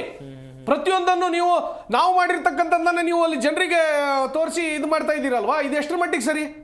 ಒಂದೇ ಒಂದು ಅಭಿವೃದ್ಧಿ ಆಗಲಿಲ್ಲ ಇವತ್ತಿನ ದಿವಸದೊಳಗೆ. ಒಂದೇ ಒಂದು ಅಭಿವೃದ್ಧಿ. ಇವ್ರಿವ್ರ ಪಟಾಲಮ್ಮು, ಇವ್ರಿವ್ರ ರಾಜಕೀಯ ಇದಕ್ಕೋಸ್ಕರ ನೀವು ಜನರು ಇವತ್ತಿನ ಬಲಿಪಶು ಮಾಡ್ತಾ ಇದ್ದಾರ. ವಿರೋಧ ಪಕ್ಷವಾಗಿ ನಾವು ಪ್ರತಿಯೊಂದನ್ನು ನಾವು ಹೋರಾಟ ಮಾಡ್ಲಿಕ್ಕೆ ಹೋದ್ರೆ ಅವ್ರಗಳ ಮೇಲೆ ಕೇಸನ್ನು ಹಾಕ್ಸೋ ಪ್ರಯತ್ನ ಮಾಡ್ತಾ ಇದ್ದೀರಾ. ನೀವು ಇದೇ ರೀಸೆಂಟ್ ಆಗಿ ನೋಡಿರ್ಬೋದು, ನಮ್ಮ ಏನು ಛಲವಾದಿ ನಾರಾಯಣಸ್ವಾಮಿ ವಿಪಕ್ಷ ನಾಯಕರಿ ಅವರನ್ನ ನೀವು 5 ಗಂಟೆಗಳ ಕಾಲ ಬಂಧನದಲ್ಲಿಟ್ರಿ. ಕಲಬುರಗಿ ಒಳಗೆ, ಚಿತ್ತಾಪುರದಲ್ಲಿ ಯಾವ ಫಂಕ್ಷನ್ ಪಕ್ಷದ ನಿಮಿತ್ತವಾಗಿ ಒಂದು ಪ್ರೋಗ್ರಾಮಿಗೆ ಹೋದಂತ ಸಂದರ್ಭದಲ್ಲಿ 5 ಗಂಟೆಗಳ ಕಾಲ ನೀವು ಬಂಧನದಲ್ಲಿಟ್ರಿ. ನಿಮ್ಗೆ ನಾಚಿಕೆ ಆಗಲ್ವಾ? ರವಿಕುಮಾರ್ ಜಿ ಮೇಲೆ ಅನಾವಶ್ಯಕವಾಗಿ ಅಟ್ರಾಸಿಟಿ ಹಾಕ್ಸ್ತಾ ಇದ್ದೀರಾ. ನೀವು ಏನ್ ಮಾಡ್ಲಿಕ್ಕೆ ಹೊರಟಿದ್ದೀರಾ? ಗುಂಡಾ ರಾಜ್ಯ ಮಾಡ್ಲಿಕ್ಕೆ ಹೊರಟಿದ್ದೀರಾ. ಮಂಗಳೂರಲ್ಲಿ ನೋಡಿದ್ರೆ ಕೋಮು ಗಲಭೆ ನಡೀತಾನೆ ಇದೆ. ಅದಕ್ಕೆ ಯಾವುದೇ ವ್ಯಾಪಕವಾಗಿ ನಡೀತಾ ಇದೆ. ಅದಕ್ಕೆ ಯಾವುದೇ ರೀತಿಯಾಗಿ ಕ್ರಮ ತೆಗೆದುಕೊಂಡಿಲ್ಲ. ನಿಮ್ಮ ಕುರ್ಚಿಗೆ ಅದೇ ನಿಮ್ಮ ವಲಸಿಗ ಕಾಂಗ್ರೆಸ್ಸಿಗರಾಗಿರ್ಬೋದು, ನಂತರ ಏನು ಮೂಲ ಕಾಂಗ್ರೆಸ್ಸಿಗರ ಮಧ್ಯೆ ದೊಡ್ಡದಾದ ಶೀತಲ ಸಮರ ಒಳಗಿಂದೊಳಗೆ ನಡೀತೈತೆ. ಇವತ್ತು ಮಾಧ್ಯಮದ ಮುಂದೆ ಬಂದಿದೆ. ನೀವು ಏನಕ್ಕೆ ನಿಮ್ಮ ಯೋಗ್ಯತೆಗೆ ಒಂದೇ ಒಂದು ಅಭಿವೃದ್ಧಿ ಕಾರ್ಯ ಮಾಡಿದ್ದೀರಾ? ನಿಮ್ಮ ಮಲ್ಲಿಕಾರ್ಜುನ್ ಖರ್ಗೆ ಅವರೇ ಒಂದು ಹಿಡಿ ಮಣ್ಣು ಹಾಕೋ ಯೋಗ್ಯತೆ ಇಲ್ಲ ಅಂತೇಳಿ ಚೀಮಾರಿ ಹಾಕಿದ್ದಾರೆ ನಿಮ್ಮ ಸ್ವಪಕ್ಷೀಯರೇ. ನಿಮ್ಗೆ ಯಾವ ನೈತಿಕತೆ ಇದೆ? ಒಂದೇ 1 ಕಿಲೋಮೀಟರ್ ರೋಡ್ ಮಾಡ್ಲಿಕ್ಕೆ ಆಗ್ಲಿಲ್ಲ. ಒಳಚರಂಡಿ ವ್ಯವಸ್ಥೆ ಸರಿಯಾಗಿಲ್ಲ. ನೀರು ಯಾಕ್ರಿ ಅಲ್ಲಿ ನೀವು ಆ ಒಂದು ಟ್ರಾನ್ಸ್ಫರ್ ಗುದ್ದಾಟದಲ್ಲಿ ನೀವು ಕಿತ್ತಾಡ್ತಾ ಇದ್ದೀರಾ? ಒಳಚರಂಡಿ ವ್ಯವಸ್ಥೆ ಸರಿಯಾಗಿಲ್ಲ. ಕುಡಿಯುವ ನೀರಿನ ಸಮಸ್ಯೆ ಒಂದೊದಗಿದೆ. ಎಲ್ಲಿ ಸರಿ ಆಗ್ತಾ ಇದೆ? ನೀವು ಟ್ರಾನ್ಸ್ಫರ್ ದಂಧೆಯಲ್ಲಿ ಮುಳುಗೋಗಿದ್ದೀರ ವಿನಃ ಯಾವುದು ಆಗ್ತಾ ಇಲ್ಲ. ಯಾವುದೇ ಅಭಿವೃದ್ಧಿ ಕಾರ್ಯಕ್ರಮ ಇನ್ನೂವರೆಗೂ ಆಗ್ಲಿಲ್ಲ. ಓಕೆ ಸೈಯದ್ ಅವರೇ, ಪುರಾಣಿಕ್ ಸರ್ ಆಗ್ಲೇ ಹೇಳ್ತಾ ಇದ್ರು, ಎಲ್ಲಾ ಸರ್ಕಾರಗಳು ಬಂದಾಗ ಈ ವರ್ಗಾವಣೆ ದಂಧೆ ನಡೆಯುತ್ತೆ, ಸರ್ವೇ ಸಾಮಾನ್ಯ ಎನ್ನುವಂಥದ್ದಾಗಿ. ರಾಜ್ಯದಲ್ಲಿ ನಿಮ್ಮ ಸರ್ಕಾರವು ಕೂಡ ಆಡಳಿತದಲ್ಲಿತ್ತು, JDS ನವರು ಕೂಡ ಅಧಿಕಾರ ವಹಿಸ್ಕೊಂಡಿದ್ರು. ಆ ಸಂದರ್ಭದಲ್ಲೂ ಕೂಡ ಆಗಿತ್ತಲ್ವ ಸರ್ ವರ್ಗಾವಣೆ ದಂಧೆ? ಸರ್ ದಯವಿಟ್ಟು ಕ್ಷಮಿಸಬೇಕು, ನಮ್ಮ ಕುಮಾರಣ್ಣ ಅವರು ವರ್ಗಾವಣೆ ಮಾಡಿಸ್ಕೊಂಡಿದ್ದ ಅಧಿಕಾರಿಗಳು ಹೆಂಗಂದ್ರೆ, ಇಲ್ಲಿ ಭ್ರಷ್ಟ ಅಧಿಕಾರಿಗಳಿದ್ರಲ್ಲ, ಓಕೆ, ಅವ್ರನ್ನ ಎದ್ದು ಬಿಸಾಕ್ಬಿಟ್ಟು ಒಳ್ಳೆ ನಿಷ್ಠೆಯಿಂದ ಯಾರು ಕೆಲಸ ಮಾಡ್ತಾರೋ ಅಂಥವ್ರಿಗೆ ಆಯ್ಕೆ ಮಾಡಿ ತಗೊಂಡು ಬಂದಿದ್ದು. ಇದರಿಂದ ಸಂಪಾದನೆ ಮಾಡ್ಬೇಕಂತಲ್ಲ, ಯಾಕಂದ್ರೆ ಕಾಂಗ್ರೆಸ್ ಅಷ್ಟು ನೀಚ ಬುದ್ಧಿ ನಮ್ಮ ಕುಮಾರಸ್ವಾಮಿ ಅವ್ರಿಗಿಲ್ಲ. ದಯವಿಟ್ಟು ಕ್ಷಮಿಸ್ಬೇಕು. ಇವಾಗ ಒಂದು ಹೇಳ್ತೀನಿ ಕೇಳಿ, ಆಗಲೇ ಅವರು ಹೇಳಿದ್ರು ಇವರು ಹೇಳಿದ್ರು, ಇದು ಒಂದು ದೊಡ್ಡ ದಂಧೆ ಆಗೋಗಿದೆ. ಅಂದರೆ ಇವಾಗ ಇವ್ರು ಚೆನ್ನಾಗಿ ಗೊತ್ತು ಸರ್, ನೆಕ್ಸ್ಟು ಈ 5 ವರ್ಷದ ನಂತರ ಯಾವುದೇ ಕಾರಣಕ್ಕೂ ಕಾಂಗ್ರೆಸ್ ಈ ರಾಜ್ಯದಲ್ಲಿ ಬರಲ್ಲ. ಯಾಕಂದರೆ ಜನ ಅನುಭವಿಸ್ಬಿಟ್ಟಿದ್ದಾರೆ ಆಲ್ರೆಡಿ 2 ವರ್ಷದಿಂದ. ನೋಡಿ, ಆಗಲೇ ಬ್ರೇಕಿಂಗ್ ನ್ಯೂಸ್ ತೋರಿಸಿದ್ರಿ, ನನಗೆ ನಗು ಬರ್ತಾ ಇದೆ. ದಿನೇಶ್ ಗುಂಡೂರಾವ್ ಬಗ್ಗೆ. ಹೌದು, ದಿನೇಶ್ ಗುಂಡೂರಾವ್ ಏನಾಗಿರೋ ಸರ್ ಇವಾಗ ರಾಜ್ಯದಲ್ಲಿ? ಆರೋಗ್ಯ ಸಚಿವರು ಸರ್. ನೈತಿಕತೆ ಹೊತ್ತಿ ಅವರು ರಾಜೀನಾಮೆ ಕೊಡಬೇಕಾಗಿದ್ದು ಬಾಣೆಂತ ಸತ್ರಲ್ಲ. ಓಕೆ, ಆ ಕೆಲಸಕ್ಕೆ ಈ ಗಣಂದಾರಿಯ ಕೊಲೆಗಳಾಗಿದಾವಲ್ಲ ಅದಕ್ಕಲ್ಲ. ಓಕೆ ಓಕೆ ಓಕೆ ನನಗೆ ನಗು ಬರ್ತಾ ಇದೆ. ಎಷ್ಟು ಒಳ್ಳೆ ಆರ್ಟಿಸ್ಟ್ಗಳು ಇದೆ, ಇವ್ರು ಸಿನಿಮಾಗೆ ಹೋಗ್ಬಿಟ್ರೆ ಆಸ್ಕರ್ ಅವಾರ್ಡ್ ತಗೊಂಡ್ಬಿಡ್ತಾರೆ ಸರ್, ಅಷ್ಟು ಒಳ್ಳೆ ಆರ್ಟಿಸ್ಟ್ಗಳು. ಆಯ್ತಾ, ಇಲ್ಲಿ ಈ ರಾಜ್ಯದಲ್ಲಿ ಓಕೆ ಏನಾದರೂ ಕೆಲಸಕ್ಕೆ ಬರಬಾರ್ದ ಒಂದು ಮಿನಿಸ್ಟರ್ ಅಂದ್ರೆ ಅದು ನಮ್ಮ home minister. Okay, doctor G ಯಾವುದಕ್ಕೂ ಲಾಯಕ್ಕಿಲ್ಲ. ಓಕೆ, ಅವ್ರು ಯಾಕೆ ಇವ್ರು ಇಟ್ಕೊಂಡು ಸುಮ್ಮನೆ ಜನರಿಗೆ ಹಿಂಸೆ ಕೊಡ್ತಾ ಇದಾರೋ ಗೊತ್ತಿಲ್ಲ. ನೆನ್ನೆ ಅವ್ರ ಸ್ಟೇಟ್ಮೆಂಟ್ ಕೇಳಿದ್ರೆ ಅವ್ರಿಗೇನು ಗೊತ್ತಿಲ್ಲ. ಓಕೆ, ಯಾವ್ದು ಮಂಗಳೂರು ಘಟನೆ ಬಗ್ಗೆ ಏನು ಗೊತ್ತಿಲ್ಲ. ಮಂಗಳೂರಾಗಲಿ ಅಥವಾ ಬೆಂಗಳೂರಾಗಲಿ ಹುಬ್ಳಿ ಆಗಲಿ, ನೀವು ಯಾವುದಾದ್ರೂ ವಿಷಯ ತಗೊಳ್ಳಿ, ಅವ್ರು ಹೇಳೋದು ಒಂದು ನನಗೆ ಇದ್ರ ಬಗ್ಗೆ ಮಾಹಿತಿ ಇಲ್ಲ, ತಿಳ್ಕೊಂಡು ಹೇಳ್ತೀನಿ ಅಂತಾರೆ. ಅಂದರೆ ಈ ರಾಜ್ಯದಲ್ಲಿ ಕಾನೂನು ಸುವ್ಯವಸ್ಥೆ ಗತಿ ಹೆಂಗಾಗಿದೆ ಅಂದರೆ ಹೇಳಬಾರ್ದು. ಒಂದು ಮಾತ್ರ ಹೇಳ್ತೀನಿ ಸರ್, ಇಲ್ಲಿ ನಾನು ಈ ಮಂಗಳೂರು ವಿಚಾರದಲ್ಲಿ ಪಕ್ಷದಿಂದ ನಾನು ಮಾತಾಡಲ್ಲ. ಒಬ್ಬ ಕರ್ನಾಟಕದ ಪ್ರಜೆಯಾಗಿ ಒಂದು ಮಾತ್ರ ಹೇಳಕ್ ಬಯಸ್ತೀನಿ, ಎಲ್ಲಿವರೆಗೂ ಈ ಧರ್ಮದ ಹೋಲೈಕೆ, ಈ ಜಾತಿ ಹೋಲೈಕೆ ಇರುತ್ತೋ ಅಲ್ಲಿವರೆಗೂ ಇದು ಮಂಗಳೂರಲ್ಲಿ ನಡೀತಾನೆ ಇರುತ್ತೆ. ಅಲ್ಲಾಗ್ತಾ ಇರೋದು ಕೂಡ ಓಲೈಕೆ ರಾಜಕಾರಣ ಅಂತೀರಾ? ಇವಾಗ ಹಿಂದೂ ಸತ್ರೆ ಹಿಂದೂ ಸಂಘಟನೆಗಳು ಬೆಂಬಲ, ಮುಸಲ್ಮಾನ್ ಸತ್ರೆ ಮುಸ್ಲಿಮ್ಸ್ ಬೆಂಬಲ. ಇಲ್ಲಿ ಆಗ್ತಾ ಇರೋದೇನು? ನಮ್ಮ ರಾಜ್ಯದ ಸರ್ಕಾರ ಏನ್ ಮಾಡ್ತಾ ಇದೆ, ನಮ್ಮ ಗೃಹ ಮಂತ್ರಿಗಳು ಏನ್ ಮಾಡ್ತಾ ಇದ್ದಾರೆ ಸರ್, ನನ್ಗೆ ಗೊತ್ತಿದಂಗೆ ನಾವು ಇದಕ್ಕೆ ಯಾವುದೇ ಕಾರಣಕ್ಕೂ ಸಪೋರ್ಟ್ ಮಾಡಲ್ಲ. ಯಾವುದೇ ಜಾತಿಯವನಾಗ್ಲಿ ಏನೇ ಆಗ್ಲಿ ಇಂಥ ಕೃತ್ಯ ಮಾಡಿದಾಗ ಎತ್ತಾಕೊಂಡು ಹೋಗಿ ಮೂಲೆ ಮುರಿದಾಗಿ ಬಿಡಬೇಕು. ಅಲ್ಲಿವರೆಗೂ ಇದು ಸರಿ ಹೋಗಲ್ಲ. ಇದು ಇವರು ತಗೊಂಡೋಗಿ ರಾಜೀನಾಮೆ ಕೊಡ್ತಾ ಇದ್ದೀನಿ, ಯಾವ ಪುರುಷಾರ್ಥಕ ಅಂತ ಗೊತ್ತಾಗಿಲ್ಲ. ಹಿಂಗಿದೆ ಸರ್. ಆಮೇಲೆ ಇನ್ನೊಂದು ವಿಚಾರ, ನಮ್ಮ BJP ವಕ್ತಾರ ಹೇಳ್ದಂಗೆ ಇತ್ತೀಚೆಗೆ ಬೇರೆ ಏನಾಗಿದೆ ಅಂದ್ರೆ, ಈ ಕಾಂಗ್ರೆಸ್ ಅವ್ರು ಮಾಡ್ತಾ ಇರೋದೇ ಇಂಥದ್ದಂದೆ, ಹಳೆ ಕಲ್ಲು ಹೊಸ ಬಿಲ್ಲು, ಇದೇ ನಡೀತಾ ಇರೋದು.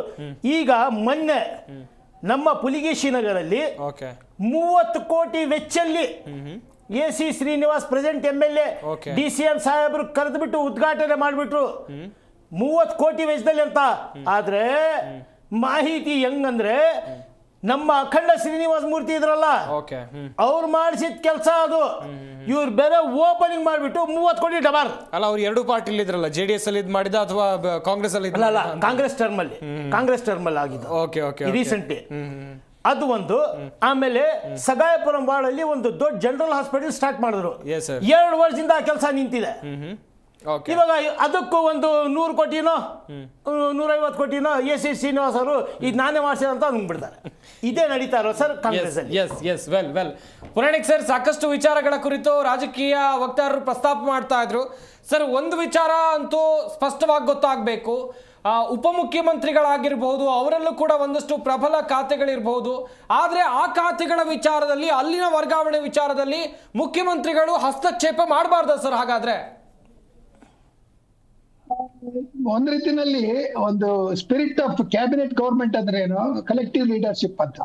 ಕ್ಯಾಬಿನೆಟ್ ಅಂದ್ರೆ ಒಂದು ಟೀಮ್ ಇದ್ದಂಗೆ, ಅಥವಾ ಒಂದು ಶಿಪ್ ಅಲ್ಲಿ ಕ್ಯಾಪ್ಟನ್ ಯಾರು ಚೀಫ್ ಮಿನಿಸ್ಟರ್. ಅದರಿಂದ ಎಲ್ಲರನ್ನೂ ವಿಶ್ವಾಸಕ್ಕೆ ತೆಗೆದುಕೊಂಡು ಹೋಗತಕ್ಕಂತ ಆರೋಗ್ಯಕರವಾದ ಮತ್ತು ಒಂದು ಪ್ರಾಮಾಣಿಕವಾದ, ಪಾರದರ್ಶಕವಾದ ಮತ್ತು ನೀತಿ ಮತ್ತು ಭ್ರಷ್ಟಾಚಾರ ವಿರೋಧವನ್ನ ಹೊಂದಿರತಕ್ಕಂತ ಸಚಿವರು, ಮುಖ್ಯಮಂತ್ರಿಗಳು ಇರ್ತಕ್ಕಂತ ಒಂದು ರಾಜಕೀಯ ವ್ಯವಸ್ಥೆ, ಸಂಸದೀಯ ವ್ಯವಸ್ಥೆ ಅದು ಇವಾಗ ಇಲ್ಲ ಅಂತಕ್ಕಂಥದ್ದು ಸಾಬೀತಾಗ್ತಾ ಇದೆ ಕ್ರಮೇಣ ಒಂದಾದ್ಮೇಲೆ ಒಂದು. ಅಂದ್ರೆ ಏನಾಯ್ತು, ಹಿಂದೆ ಇದ್ದಂತ ಕಡದ ಮಂಜಪ್ಪ ಅಥವಾ ನಿಜಲಿಂಗಪ್ಪನವರು ಅಥವಾ ವೀರೇಂದ್ರ ಪಾಟೀಲ್, ರಾಮಕೃಷ್ಣ ಹೆಗಡೆ ಹೇಳಿದ್ರು ಅವರು, ಇಂತಹ ಚೀಫ್ ಮಿನಿಸ್ಟರ್ಗಳಿದ್ದಾಗ ಆ ಚೀಫ್ ಮಿನಿಸ್ಟರ್ ಅವರ ಒಂದು ಏನು ತೀರ್ಮಾನ ಇತ್ತಲ್ಲ, ಅದು ಬೇರೆ ಯಾವುದೇ ಒಬ್ಬ ಸಚಿವನ ಖಾತೆಯಲ್ಲಿ ಅವರು ಇಂಟರ್ಫಿಯರ್ ಆಗ್ತಕ್ಕಂಥದ್ದನ್ನ ಸನ್ನಿವೇಶ ಬಂದ್ರೆ ಅನುಮಾನ ಅಥವಾ ಆಡಳಿತದ ದೃಷ್ಟಿಯಿಂದ ಮತ್ತು ಸರ್ಕಾರದ ಒಂದು ಒಳ್ಳೆಯ ಇಮೇಜ್, ಅದರ ಹೆಸರು ಕೆಡಬಾರದು ಅಂತಕ್ಕಂಥ ದೃಷ್ಟಿಯಿಂದ, ಮತ್ತು ಅಲ್ಲಿ ಏನಾದ್ರೂ ಒಂದು ರೀತಿಯಲ್ಲಿ ಅವ್ಯವಸ್ಥೆ ಅಥವಾ ಅನಾಹುತ ಅಥವಾ ಏನಾದ್ರೂ ತಪ್ಪುಗಳಾಗಿದ್ರೆ ಅದನ್ನು ತಿದ್ದುವ ರೀತಿಯಲ್ಲಿ ಈ ಖಾತೆಯ ಒಂದು ವ್ಯವಸ್ಥೆಯಲ್ಲಿ ಅವರು ಕೈ ಹಾಕ್ತಕ್ಕಂಥದ್ದು ಒಂದು ನ್ಯಾಯಬದ್ಧವಾದ. ಯಾಕಂದ್ರೆ ಅದಕ್ಕೆ ನಾನು ಹೇಳಿದ್ದು is the first among equals ಅಂತ. ಅಂದ್ರೆ is not the top man, first among equals ಅಂದ್ರೆ spirit of cabinet government. Cabinet ಸಚಿವ ಸಂಪುಟದ ವ್ಯವಸ್ಥೆಯೇ ಅದು, ಅಂದ್ರೆ ಎಲ್ಲರೂ ಒಗ್ಗಟ್ಟಾಗೋದು. ಸೊ ಅದರಿಂದ ಇಲ್ಲಿ ಒಬ್ಬರು ನಂಬದೇ ಇರ್ತಕ್ಕಂಥ ಪರಿಸ್ಥಿತಿ.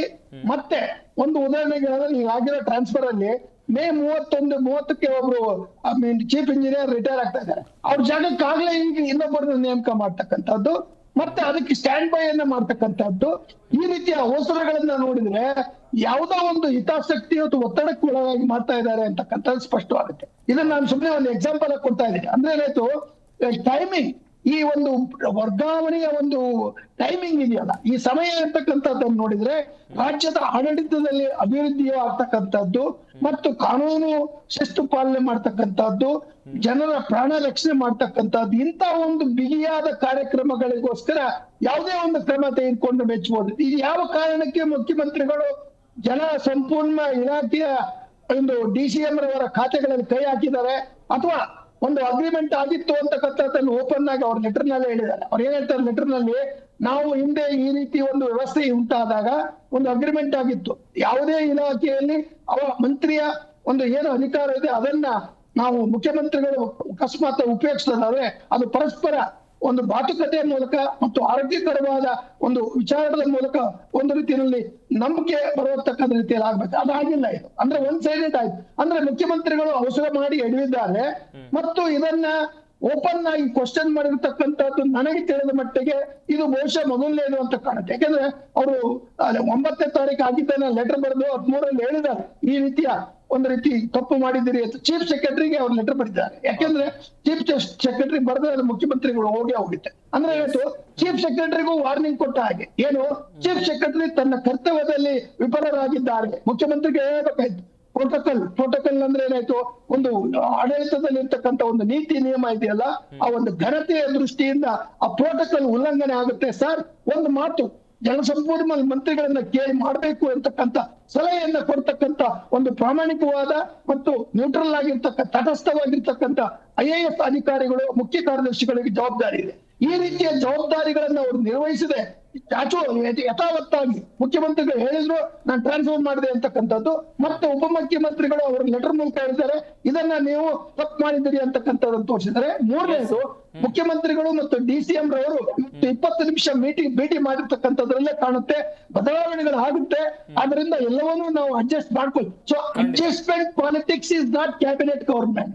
ಆದ್ರೆ ಈಗ ನಿಮಗೆ ನೀವು ಒಬ್ಬ ಆಂಕರ್ ಆಗಿದ್ದೀರಿ, ನಿಮ್ಮ ಎಡಿಟರ್ ಇದ್ದಾರೆ, ಇನ್ಪುಟ್ ಟೀಮ್ ಇದೆ, ಅವರೆಲ್ಲರೂ ನಿಮಗೆ ಒಂದು ರೀತಿ ಮಾರ್ಗದರ್ಶನ ಕೊಟ್ಟಿರ್ತಾರೆ. ನೀವು ಆ ಮಾರ್ಗದರ್ಶನವನ್ನ ಮೀರಿದಾಗ ಇಲ್ಲ ನಿಮ್ಮ ದುರುದ್ದೇಶವಿದೆಯೋ ಅಥವಾ ಅಲ್ಲಿ ಆ ವಿಭಾಗದಲ್ಲಿ ತಪ್ಪುಗಳಿದೆಯೋ ಎಂತಕ್ಕಂಥದ್ದು ಕಾಣುತ್ತೆ. ಅದರಿಂದ ಈಗ ಜನಕ್ಕೆ ಬರ್ತಕ್ಕಂಥ ಸಂಶಯ ಏನಂದ್ರೆ, ಈ ರಾಜ್ಯದಲ್ಲಿ ಅಧಿಕಾರಕ್ಕಾಗಿ ಪೈಪೋಟಿ ನಡೀತಾ ಇದೆ. ಅದರಲ್ಲೂ ಪ್ರಮುಖವಾಗಿ ಮುಖ್ಯಮಂತ್ರಿ ಮತ್ತು DCM ಇವರ ನಡುವೆ ಇರ್ತಕ್ಕಂಥ ಭಿನ್ನಾಭಿಪ್ರಾಯಗಳು ಇಷ್ಟು ಓಪನ್ ಆಗಿ ಪತ್ರದ ಮೂಲಕ ಪ್ರತಿಭಟನೆಯನ್ನ ಮಾಡಿ ತಾವು ತಪ್ಪು ಮಾಡಿದ್ದೇವೆ ಅಂತಕ್ಕಂಥ. ನಾನಂತೂ ಸಿದ್ದರಾಮಯ್ಯನವರ ಮೊದಲನೇ ಅವಧಿಯಲ್ಲಿ ಅವರು ಯಾವ ರೀತಿ ಸ್ಟ್ರಾಂಗ್ ಆಗಿ ಪ್ರಾಮಾಣಿಕವಾಗಿ ಅತ್ಯಂತ ಧೈರ್ಯದಿಂದ ಒಂದು ಖ್ಯಾತಿಯನ್ನ ಪಡೆದಿದ್ರು, ಆ ಖ್ಯಾತಿ ಕಡಿಮೆ ಆಗ್ತಾ ಇದೆ ಅಂತಕ್ಕಂಥದ್ದನ್ನ ಇಲ್ಲಿ ತೋರಿಸ್ತದೆ. ಮತ್ತು ಮುಖ್ಯಮಂತ್ರಿಗಳು ಎಡವಿದ್ದಾರೆ.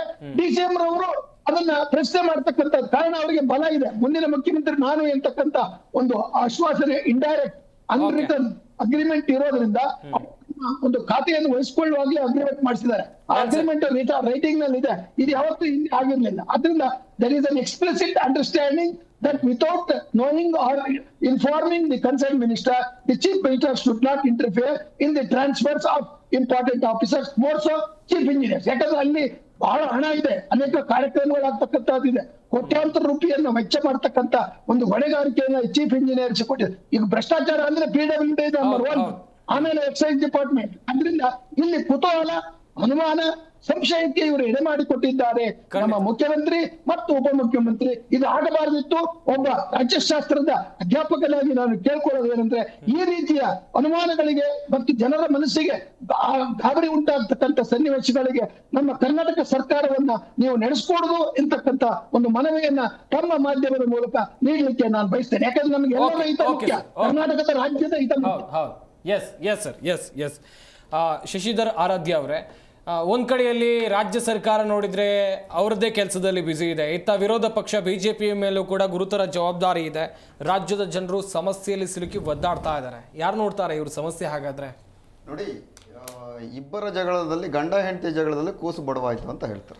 ಅದು ಇವರಿಬ್ಬರ ಜಗಳದಲ್ಲಿ ಕರ್ನಾಟಕ ಸರ್ಕಾರದ ಮತ್ತು ಕರ್ನಾಟಕದ ಜನ ಬಡವಾಗ್ತಾ ಇದ್ದಾರೆ. ಯಾಕೆಂದ್ರೆ ಎಲ್ಲಿ ನೋಡಿದ್ರೆ ಇವತ್ತು ನೆರೆ ಇದೆ, ಮಳೆಯ ಸಮಸ್ಯೆ ಇದೆ. ಬೆಂಗಳೂರು ಸೇರಿದಂತೆ ಮಂಗಳೂರು, ಹುಬ್ಳಿ, ಧಾರವಾಡ, ಬೆಳಗಾವಿನಲ್ಲಿ, ಗುಲ್ಬರ್ಗಾದಲ್ಲಿ ಇವತ್ತು ಹೆಚ್ಚಿನ ಮಳೆ ಆಗ್ತಾ ಇದೆ. ಎಲ್ಲೂ ಸಹ ನೆರೆ ಸಂತ್ರಸ್ತರಿಗೆ ಏನು ಮಾಡಬೇಕು? ಬೆಂಗಳೂರಿನಲ್ಲಿ ಸಾಕಷ್ಟು ಜನ ಮನೆಗೆ ನೀರು ನುಗ್ತಾ ಇದೆ. ಆ ಸಾಯಿ ಲೇಔಟ್ ನಲ್ಲಿ ನೀರು ಪ್ರತಿ ವರ್ಷವೂ ನುಗ್ಗುತ್ತೆ ಮತ್ತು ಒಂದು ಅನಾಥಾಶ್ರಮನು ಅದಕ್ಕೆ ರೀಲೊಕೇಟ್ ಮಾಡಬೇಕು ಅಂತ ಹೇಳ್ತಕ್ಕಂಥ ಸಂದರ್ಭಗಳು. ಇಂತಹ ಸಂದರ್ಭಗಳಲ್ಲಿ ನಾನು ಹೆಚ್ಚೋ ನೀನು ಹೆಚ್ಚೋ ಅನ್ನೋ ಕಿತ್ತಾಟ, ಒಂದು ಮುಸುಕಿನ ಗುದ್ದಾಟವನ್ನು ಮಾಡ್ಕೊಂಡು ಹೊರಟಿದ್ದಾರೆ. ಕಮ್ಮಿ ಆಗಿರೋ ಜನ ನಿಮಗೆ 33 ಇಲಾಖೆಗಳಿದಾವೆ ಮುಖ್ಯಮಂತ್ರಿಗಳಿಗೆ. ಈ ಇಲಾಖೆಗಳನ್ನು ಎಲ್ಲಾ ಇಲಾಖೆಗಳನ್ನು ನೀವೇ ನಿಭಾಯಿಸೋದಕ್ಕೆ ಸಾಧ್ಯನಾ? ಅದು ವಿಕೇಂದ್ರೀಕರಣಗೊಳ್ಳಬಾರ್ದ? ಮತ್ತೆ ಇಲ್ಲಿ ಕಳ್ಳರು ಯಾರು ಅನ್ನೋದು ಗೊತ್ತಾಗ್ಬೇಕು. ಮುಖ್ಯಮಂತ್ರಿ ಕಳ್ತನ ಮಾಡ್ತಾವ್ರ, ಉಪಮುಖ್ಯಮಂತ್ರಿಗಳು ಕಳ್ತನ ಮಾಡ್ತಾರ, ಎಲ್ಲಿ ಯಾರು ಹೊಟ್ಟಿದ್ರೆ ಕಳ್ತನ ಮಾಡೋದಕ್ಕೆ ಅಂತ. ಇವ್ರು ದುಡ್ಡು ಹೊಡೆಯೋದಕ್ಕೆ ಕೊಟ್ಟಿದ್ರೆ, ಈ ದುಡ್ಡು ಹೊಡೆಯೋದಕ್ಕೆ ಕೊಟ್ಟಿದ್ರೆ ನಾನು ನಿಲ್ಲಿಸ್ತೀನಿ, ನನಗೆ ದುಡ್ಡು ಬರೋದನ್ನ ನೀನು ನಿಲ್ಲಿಸ್ತಾ ಇದ್ದೀರಾ, ಅದಕ್ಕೆ ನಾವು ಈ ವರ್ಗಾವಣೆನ ನಾವು ನಿಲ್ಲಿಸ್ತೀವಿ ಅಂತ ಉಪಮುಖ್ಯಮಂತ್ರಿಗಳು ಹೊರಟಿರುವಂಥದ್ದು ಸನ್ನಿವೇಶ ಇವ್ರು ನೋಡ್ತಾ ಇದ್ದೀವಿ. ಏನಂದ್ರೆ ಈ ಚೀಫ್ ಇಂಜಿನಿಯರ್ಸ್ ಅಂತ ಡಬಲ್ ಇಗಳು ಅಂತ ಹೇಳ್ತಿರಲ್ಲ, ಈ ಎಕ್ಸಿಕ್ಯೂಟಿವ್ ಇಂಜಿನಿಯರ್ಸ್, ಅವ್ರು ಎಲ್ಲಾರನ್ನು ಡಬಲ್ ಇಗಳಲ್ಲಿ ಚೀಫ್ ಇಂಜಿನಿಯರ್ಗಳನ್ನ ಲೋಕಾಯುಕ್ತ ರೈಡ್ ಮಾಡಿದ್ದಾವೆ, ಸಾಕಷ್ಟು ಬಾರಿ ಇನ್ಕಮ್ ಟ್ಯಾಕ್ಸ್ ರೈಡ್ ಮಾಡಿದ್ದೇವೆ. ಕೋಟಿ ಹಣ ಸಿಕ್ಕಿದೆ. ಪೈಪ್ಗಳಲ್ಲಿ ಹಣ ಇಟ್ಟಿದ್ದಾರೆ, ಕೆಜಿ ಬಂಗಾರಗಳನ್ನು ಮನೆಗಳಲ್ಲಿ ಇಟ್ಟಿದ್ದಾರೆ, 100 ಎಕರೆ ಆಸ್ತಿಗಳನ್ನು ಮಾಡಿದ್ದಾರೆ, ಬಂಗ್ಲೆಗಳನ್ನು ಮಾಡಿದ್ದಾರೆ, 2-3 ಮದುವೆಗಳು ಮಾಡಿಕೊಂಡು ಅವರು ಐಷಾರಾಮಿ ಜೀವನವನ್ನ ಈ ಇಂಜಿನಿಯರ್ಸ್ ಮಾಡ್ತಾ ಇರ್ತಕ್ಕಂಥದ್ದು. ಇಂತಹ ಇಂಜಿನಿಯರ್ ವರ್ಗಾವಣೆಯನ್ನ ನೀವು ಮಾಡಿದ್ದೀರಿ ಅಂದ್ರೆ ಹಣ ಇಲ್ಲದೆ ಮಾಡಿದ್ದೀರಾ ಅಂತ ನಂಬೋದಕ್ಕೆ ಇಲ್ಲಿ ಯಾರು ಮುಟ್ಟಾಳ್ರು, ಕರ್ನಾಟಕದ ಜನ ಮುಟ್ಟಾಳ್ರಲ್ಲ. ಮುಂದಿನ ದಿನದಲ್ಲಿ ಇದಕ್ಕೆ ನೀವು ಪಾಠ ಕಲಿಸ್ತಾರೆ.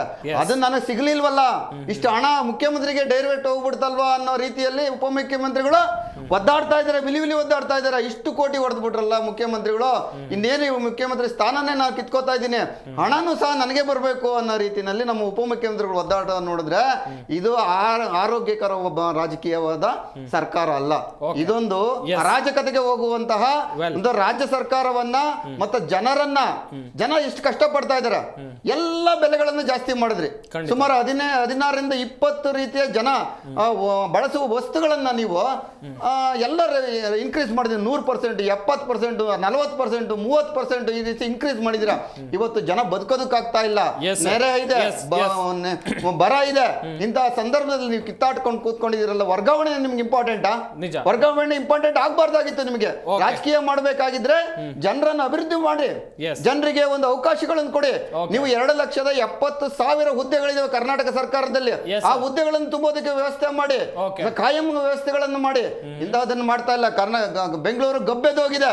ಎಲ್ಲಾ ಮಹಾನಗರ ಪಾಲಿಕೆಗಳು ಕಸನೇ ತೆಗಿತಾ ಇಲ್ಲ. ಗ್ರಾಮ ಪಂಚಾಯಿತಿಗಳಲ್ಲೂ ಸಹ ಕಸ ವಿಲೇವಾರಿಗೆ ಸರಿಯಾದ ರೀತಿಯಾದಂತಹ ಮಾಪನ ವ್ಯವಸ್ಥೆಗಳಿಲ್ಲ, ವೆಹಿಕಲ್ಸ್ ಇಲ್ಲ, ವಾಹನಗಳು ಕೆಟ್ಟು ಕೂತಿದ್ದಾವೆ.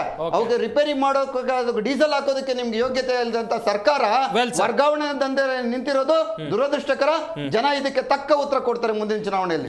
ಶರತ್ ಹೆಗ್ಡೆ ಅವರೇ, ಸರ್ಕಾರ ಈ ರೀತಿ ಎಲ್ಲ ಮಾಡ್ತಾ ಇದೆ. ಮೊನ್ನೆ ನೆರೆ ಬಂದಂತ ಸಂದರ್ಭದಲ್ಲಿ ಏನ್ ಮಾಡಿದ್ರು ಎನ್ನುವಂತ ವಿಚಾರವೂ ಕೂಡ ನಿಮ್ಗೆ ಗೊತ್ತಿದೆ. ವಿರೋಧ ಪಕ್ಷ ನಿಮ್ಮೇಲೂ ಕೂಡ ಸಾಕಷ್ಟು ಜವಾಬ್ದಾರಿ ಇದೆ. ನೀವೇನ್ ಮಾಡ್ತಾ ಇದ್ದೀರಾ? ಹಾಗಾದ್ರೆ ಪ್ರಶ್ನೆ ಮಾಡ್ತಾ ಇಲ್ವೋ ಅವ್ರನ್ನ ಅಂತೇಳಿ. ನಾವು ವಿರೋಧ ಪಕ್ಷವಾಗಿ ಈಗ ಸಾಕಷ್ಟು ಹೋರಾಟಗಳನ್ನು ಮಾಡಿದ್ದೀವಿ. BJP ಮತ್ತು JDS ನಾವು ಏನು ಅಲಯನ್ಸಲ್ಲಿ ಇದ್ದೀವಿ, ಅಲಯನ್ಸಲ್ಲಿ ನಾವು ಹೋರಾಟ ಮಾಡಿದ್ವಿ, ನಾವು ಏಕಪಕ್ಷೀಯವಾಗಿ ನಾವು ಹೋರಾಟ ಮಾಡಿದ್ದೀವಿ, ಅವ್ರ ಜೊತೆಲಿ ಸೇರ್ಕೊಂಡು ಹೋರಾಟ ಮಾಡಿದ್ದೀವಿ. ಅವರಿಗೆ ಏನಾಗಿದೆ ಅಂತ ಹೇಳಿದ್ರೆ ಈ ಬಂಡೆ ಮೇಲೆ ನೀರು ಹೊಯ್ಯತ್ತೆ ಅಂತ ಹೇಳ್ತಾರಲ್ಲ, ಆಗಿತ್ತು ಆ ಥರ. ಯಾವುದೇ ಕಾರಣಕ್ಕೂ ಬಗ್ಗಲ್ಲ ಅವರು. ಭ್ರಷ್ಟಾಚಾರ ಅದನ್ನು ತೊಡ್ಕೊಂಡಿದ್ದಾಗ ನೋಡಿ ಒಂದು ಗಾದೆ ನೆನಪಾಗುತ್ತೆ. ಅವನು ತಪ್ಪು ಹಾದಿಯನ್ನ ಹಿಡಿದಂತ ಮನುಷ್ಯ ಅವನು ಸರಿಯಾಗಲ್ವಂತೆ. ಓಕೆ. ಅಂದ್ರೆ ಹಾದಿನೇ ತಪ್ಪು ಹಿಡಿದು ಬಿಟ್ಟಿದ್ದಾರೆ ಇವರು. ಅವ್ರಿನ್ನು ಒಳ್ಳೆ ದಾರಿಗೆ ಬರ್ಲಿಕ್ಕೆ ಸಾಧ್ಯನೇ ಇಲ್ಲ ಯಾವುದೇ ಕಾರಣಕ್ಕೂ. Okay okay okay. ಅವರಿಗೆ ಅವ್ರದ್ದು ಏಮೇ ತಪ್ಪು ಹಾದಿ ಹಿಡಿಯೋದು. ಒಂದು ಏನು ಅಂದ್ರೆ ಅವ್ರ ಗುರಿನೇ ಮುಳ್ಳು ಹಾದಿಯಲ್ಲಿ ಸಾಗುವುದಷ್ಟೇ. Okay okay. ಅವ್ರಿಗೆ ನಾವು ಯಾವುದೇ ಕಾರಣಕ್ಕೂ ತಿದ್ಲಿಕ್ಕೆ ಆಗಲ್ಲ.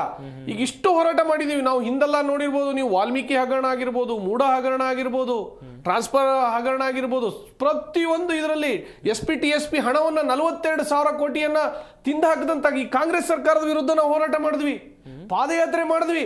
ಓಕೆ. ಎಷ್ಟು ಹೋರಾಟಗಳು ಮಾಡಿಲ್ಲ.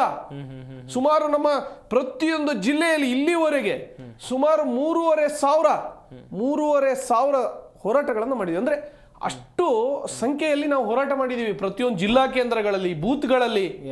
ಇಲ್ಲಿಯವರೆಗೆ ಅಷ್ಟು ಹೋರಾಟ, ವಿವಿಧ ಇವರ ಒಂದು ಭ್ರಷ್ಟಾಚಾರದ ವಿರುದ್ಧ ನಾವು ಹೋರಾಟ ಮಾಡಿದೀವಿ. ದಿನ ಬೆಳಗಾದ್ರೆ ಇವತ್ತಿನ ದಿವಸ ನೀವು ಮಾಧ್ಯಮಗಳಲ್ಲಿ ಬರುವುದು ಒಂದು ಭ್ರಷ್ಟಾಚಾರ, ಒಂದು ಇಲಾಖೆಗಳಲ್ಲಿ ಟ್ರಾನ್ಸ್ಫರ್ ಆಗಿರ್ಬೋದು, ನೀರಿನ ದರ ಏರಿಕೆ ಆಗಿರ್ಬೋದು, ನೀರಿನ ಇಲಾಖೆಯಲ್ಲಿ ಏನು ಭ್ರಷ್ಟಾಚಾರ ಇರ್ಬೋದು, BBMPL ಭ್ರಷ್ಟಾಚಾರ ಇರ್ಬೋದು, ಏನು ಕಂದಾಯ ಇಲಾಖೆಯಲ್ಲಿ ಭ್ರಷ್ಟಾಚಾರ ಇರ್ಬೋದು, ಪ್ರತಿಯೊಂದು ಹಂತದಲ್ಲಿ ನಾವು ವಿರೋಧ ಪಕ್ಷವಾಗಿ ನಾವು ಹೋರಾಟ ಮಾಡಿದಂತ ಸಂದರ್ಭದಲ್ಲಿ ಕೇಸ್ಗಳ ಹಾಕಿ ಭಯ ಹುಟ್ಟಿಸೋ ಕೆಲಸವನ್ನು ಮಾಡ್ತಾ ಇದ್ದಾರೆ ಕಾಂಗ್ರೆಸ್ನವರು. ಯಾವುದು ಇಲ್ಲಿಯವರೆಗೆ ನಮ್ಮ BJP ಕಾರ್ಯಕರ್ತರ ಮೇಲೆ ಇಲ್ಲಿಯವರೆಗೆ 1,800 ಕೇಸನ್ನು ಹಾಕಿದ್ದಾರೆ. ಅರ್ಥ ಮಾಡ್ಕೊಳ್ಳಿ ಇವರು ಎಷ್ಟು ಕೇಸನ್ನು ಹಾಕ್ತಾ ಇದ್ದಾರೆ ಅಂತ ವಿಚಾರ ಮಾಡ್ಕೊಳ್ಳಿ. ಇವತ್ತಿನ ನಮ್ಮ ಪ್ರಮುಖರ ನಾಯಕರುಗಳ ಮೇಲೂ, ಕಾರ್ಯಕರ್ತರ ಮೇಲೂ, ನಮ್ಮ ಸೋಷಿಯಲ್ ಮೀಡಿಯಾ ಏನು ಪ್ರಮುಖರುಗಳ ಮೇಲೆ ಆಗಿರ್ಬೋದು, ಮೀಡಿಯಾಗಳ ಮೇಲೆ ಆಗಿರ್ಬೋದು, ಪ್ರತಿಯೊಂದು ಸಂದರ್ಭದಲ್ಲಿ ನಾವು ಧ್ವನಿ ಎತ್ತಂತ ಸಂದರ್ಭದಲ್ಲಿ ಕೇಸ್ಗಳನ್ನು ಹಾಕಿ ಭಯ ಹುಟ್ಟಿಸೋ ಕೆಲಸವನ್ನ ಇವತ್ತಿನ ದಿವಸ ಕಾಂಗ್ರೆಸ್ ಮಾಡ್ತಾ ಇದೆ. ವೆಲ್ ಸರ್, ಇದಕ್ಕೆಲ್ಲ ತಕ್ಕ ಉತ್ತರ ಮುಂದಿನ ಚುನಾವಣೆಯಲ್ಲಿ ಜನರೇ ಕೊಡ್ತಾರೆ. ಖಡಾಖಂಡಿತವಾಗಿ ನಾಳೆ ದಿನ ಏನ್ ಇವರು 140, 136 ಸ್ಥಾನಕ್ಕೆ ಬಂದಿದೆ ಅಂತ ಬೀಗ್ತಾ ಇದಾರಲ್ಲ, ನಾಳೆ ಇವರು ಒಂದು 10-20 ಸ್ಥಾನನೂ ಬರಲ್ಲ. ವೆಲ್ ಸೈಯದ್ ಅವರೇ, ಕೊನೆಯದಾಗಿ ಏನ್ ಹೇಳಕ್ ಇಷ್ಟಪಡ್ತೀರಾ ಚುಟುಕಾಗಿ? ಸರ್, ಕೊನೆಯದಾಗಿ ಒಂದೇ ಒಂದು ಮಾತು ಹೇಳಕ್ಕೆ ಬಯಸ್ತೀನಿ. ಈ ರಾಜ್ಯದ ಜನರು ನಿಮ್ಮ ಮೇಲೆ ವಿಶ್ವಾಸ ಇಟ್ಟು ನಿಮಗೆ 136+2 ಹೌದು ಕೊಟ್ಟಿದ್ದಾರೆ.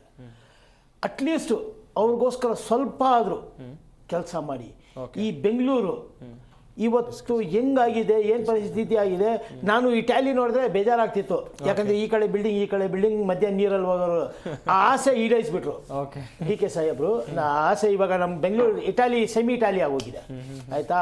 ದಯವಿಟ್ಟು ಈ ದಂಧೆ ಮಾಡೋದು ಪ್ರತಿಯೊಂದು ಇದ್ದೇ ಇರುತ್ತೆ, ಆದ್ರೆ ಜನರ ಬಗ್ಗೆ ಸ್ವಲ್ಪ ಕಾಳಜಿ ಇರಲಿ. ಯಾಕಂದ್ರೆ ಇದು ಶಾಶ್ವತ ಅಲ್ಲ.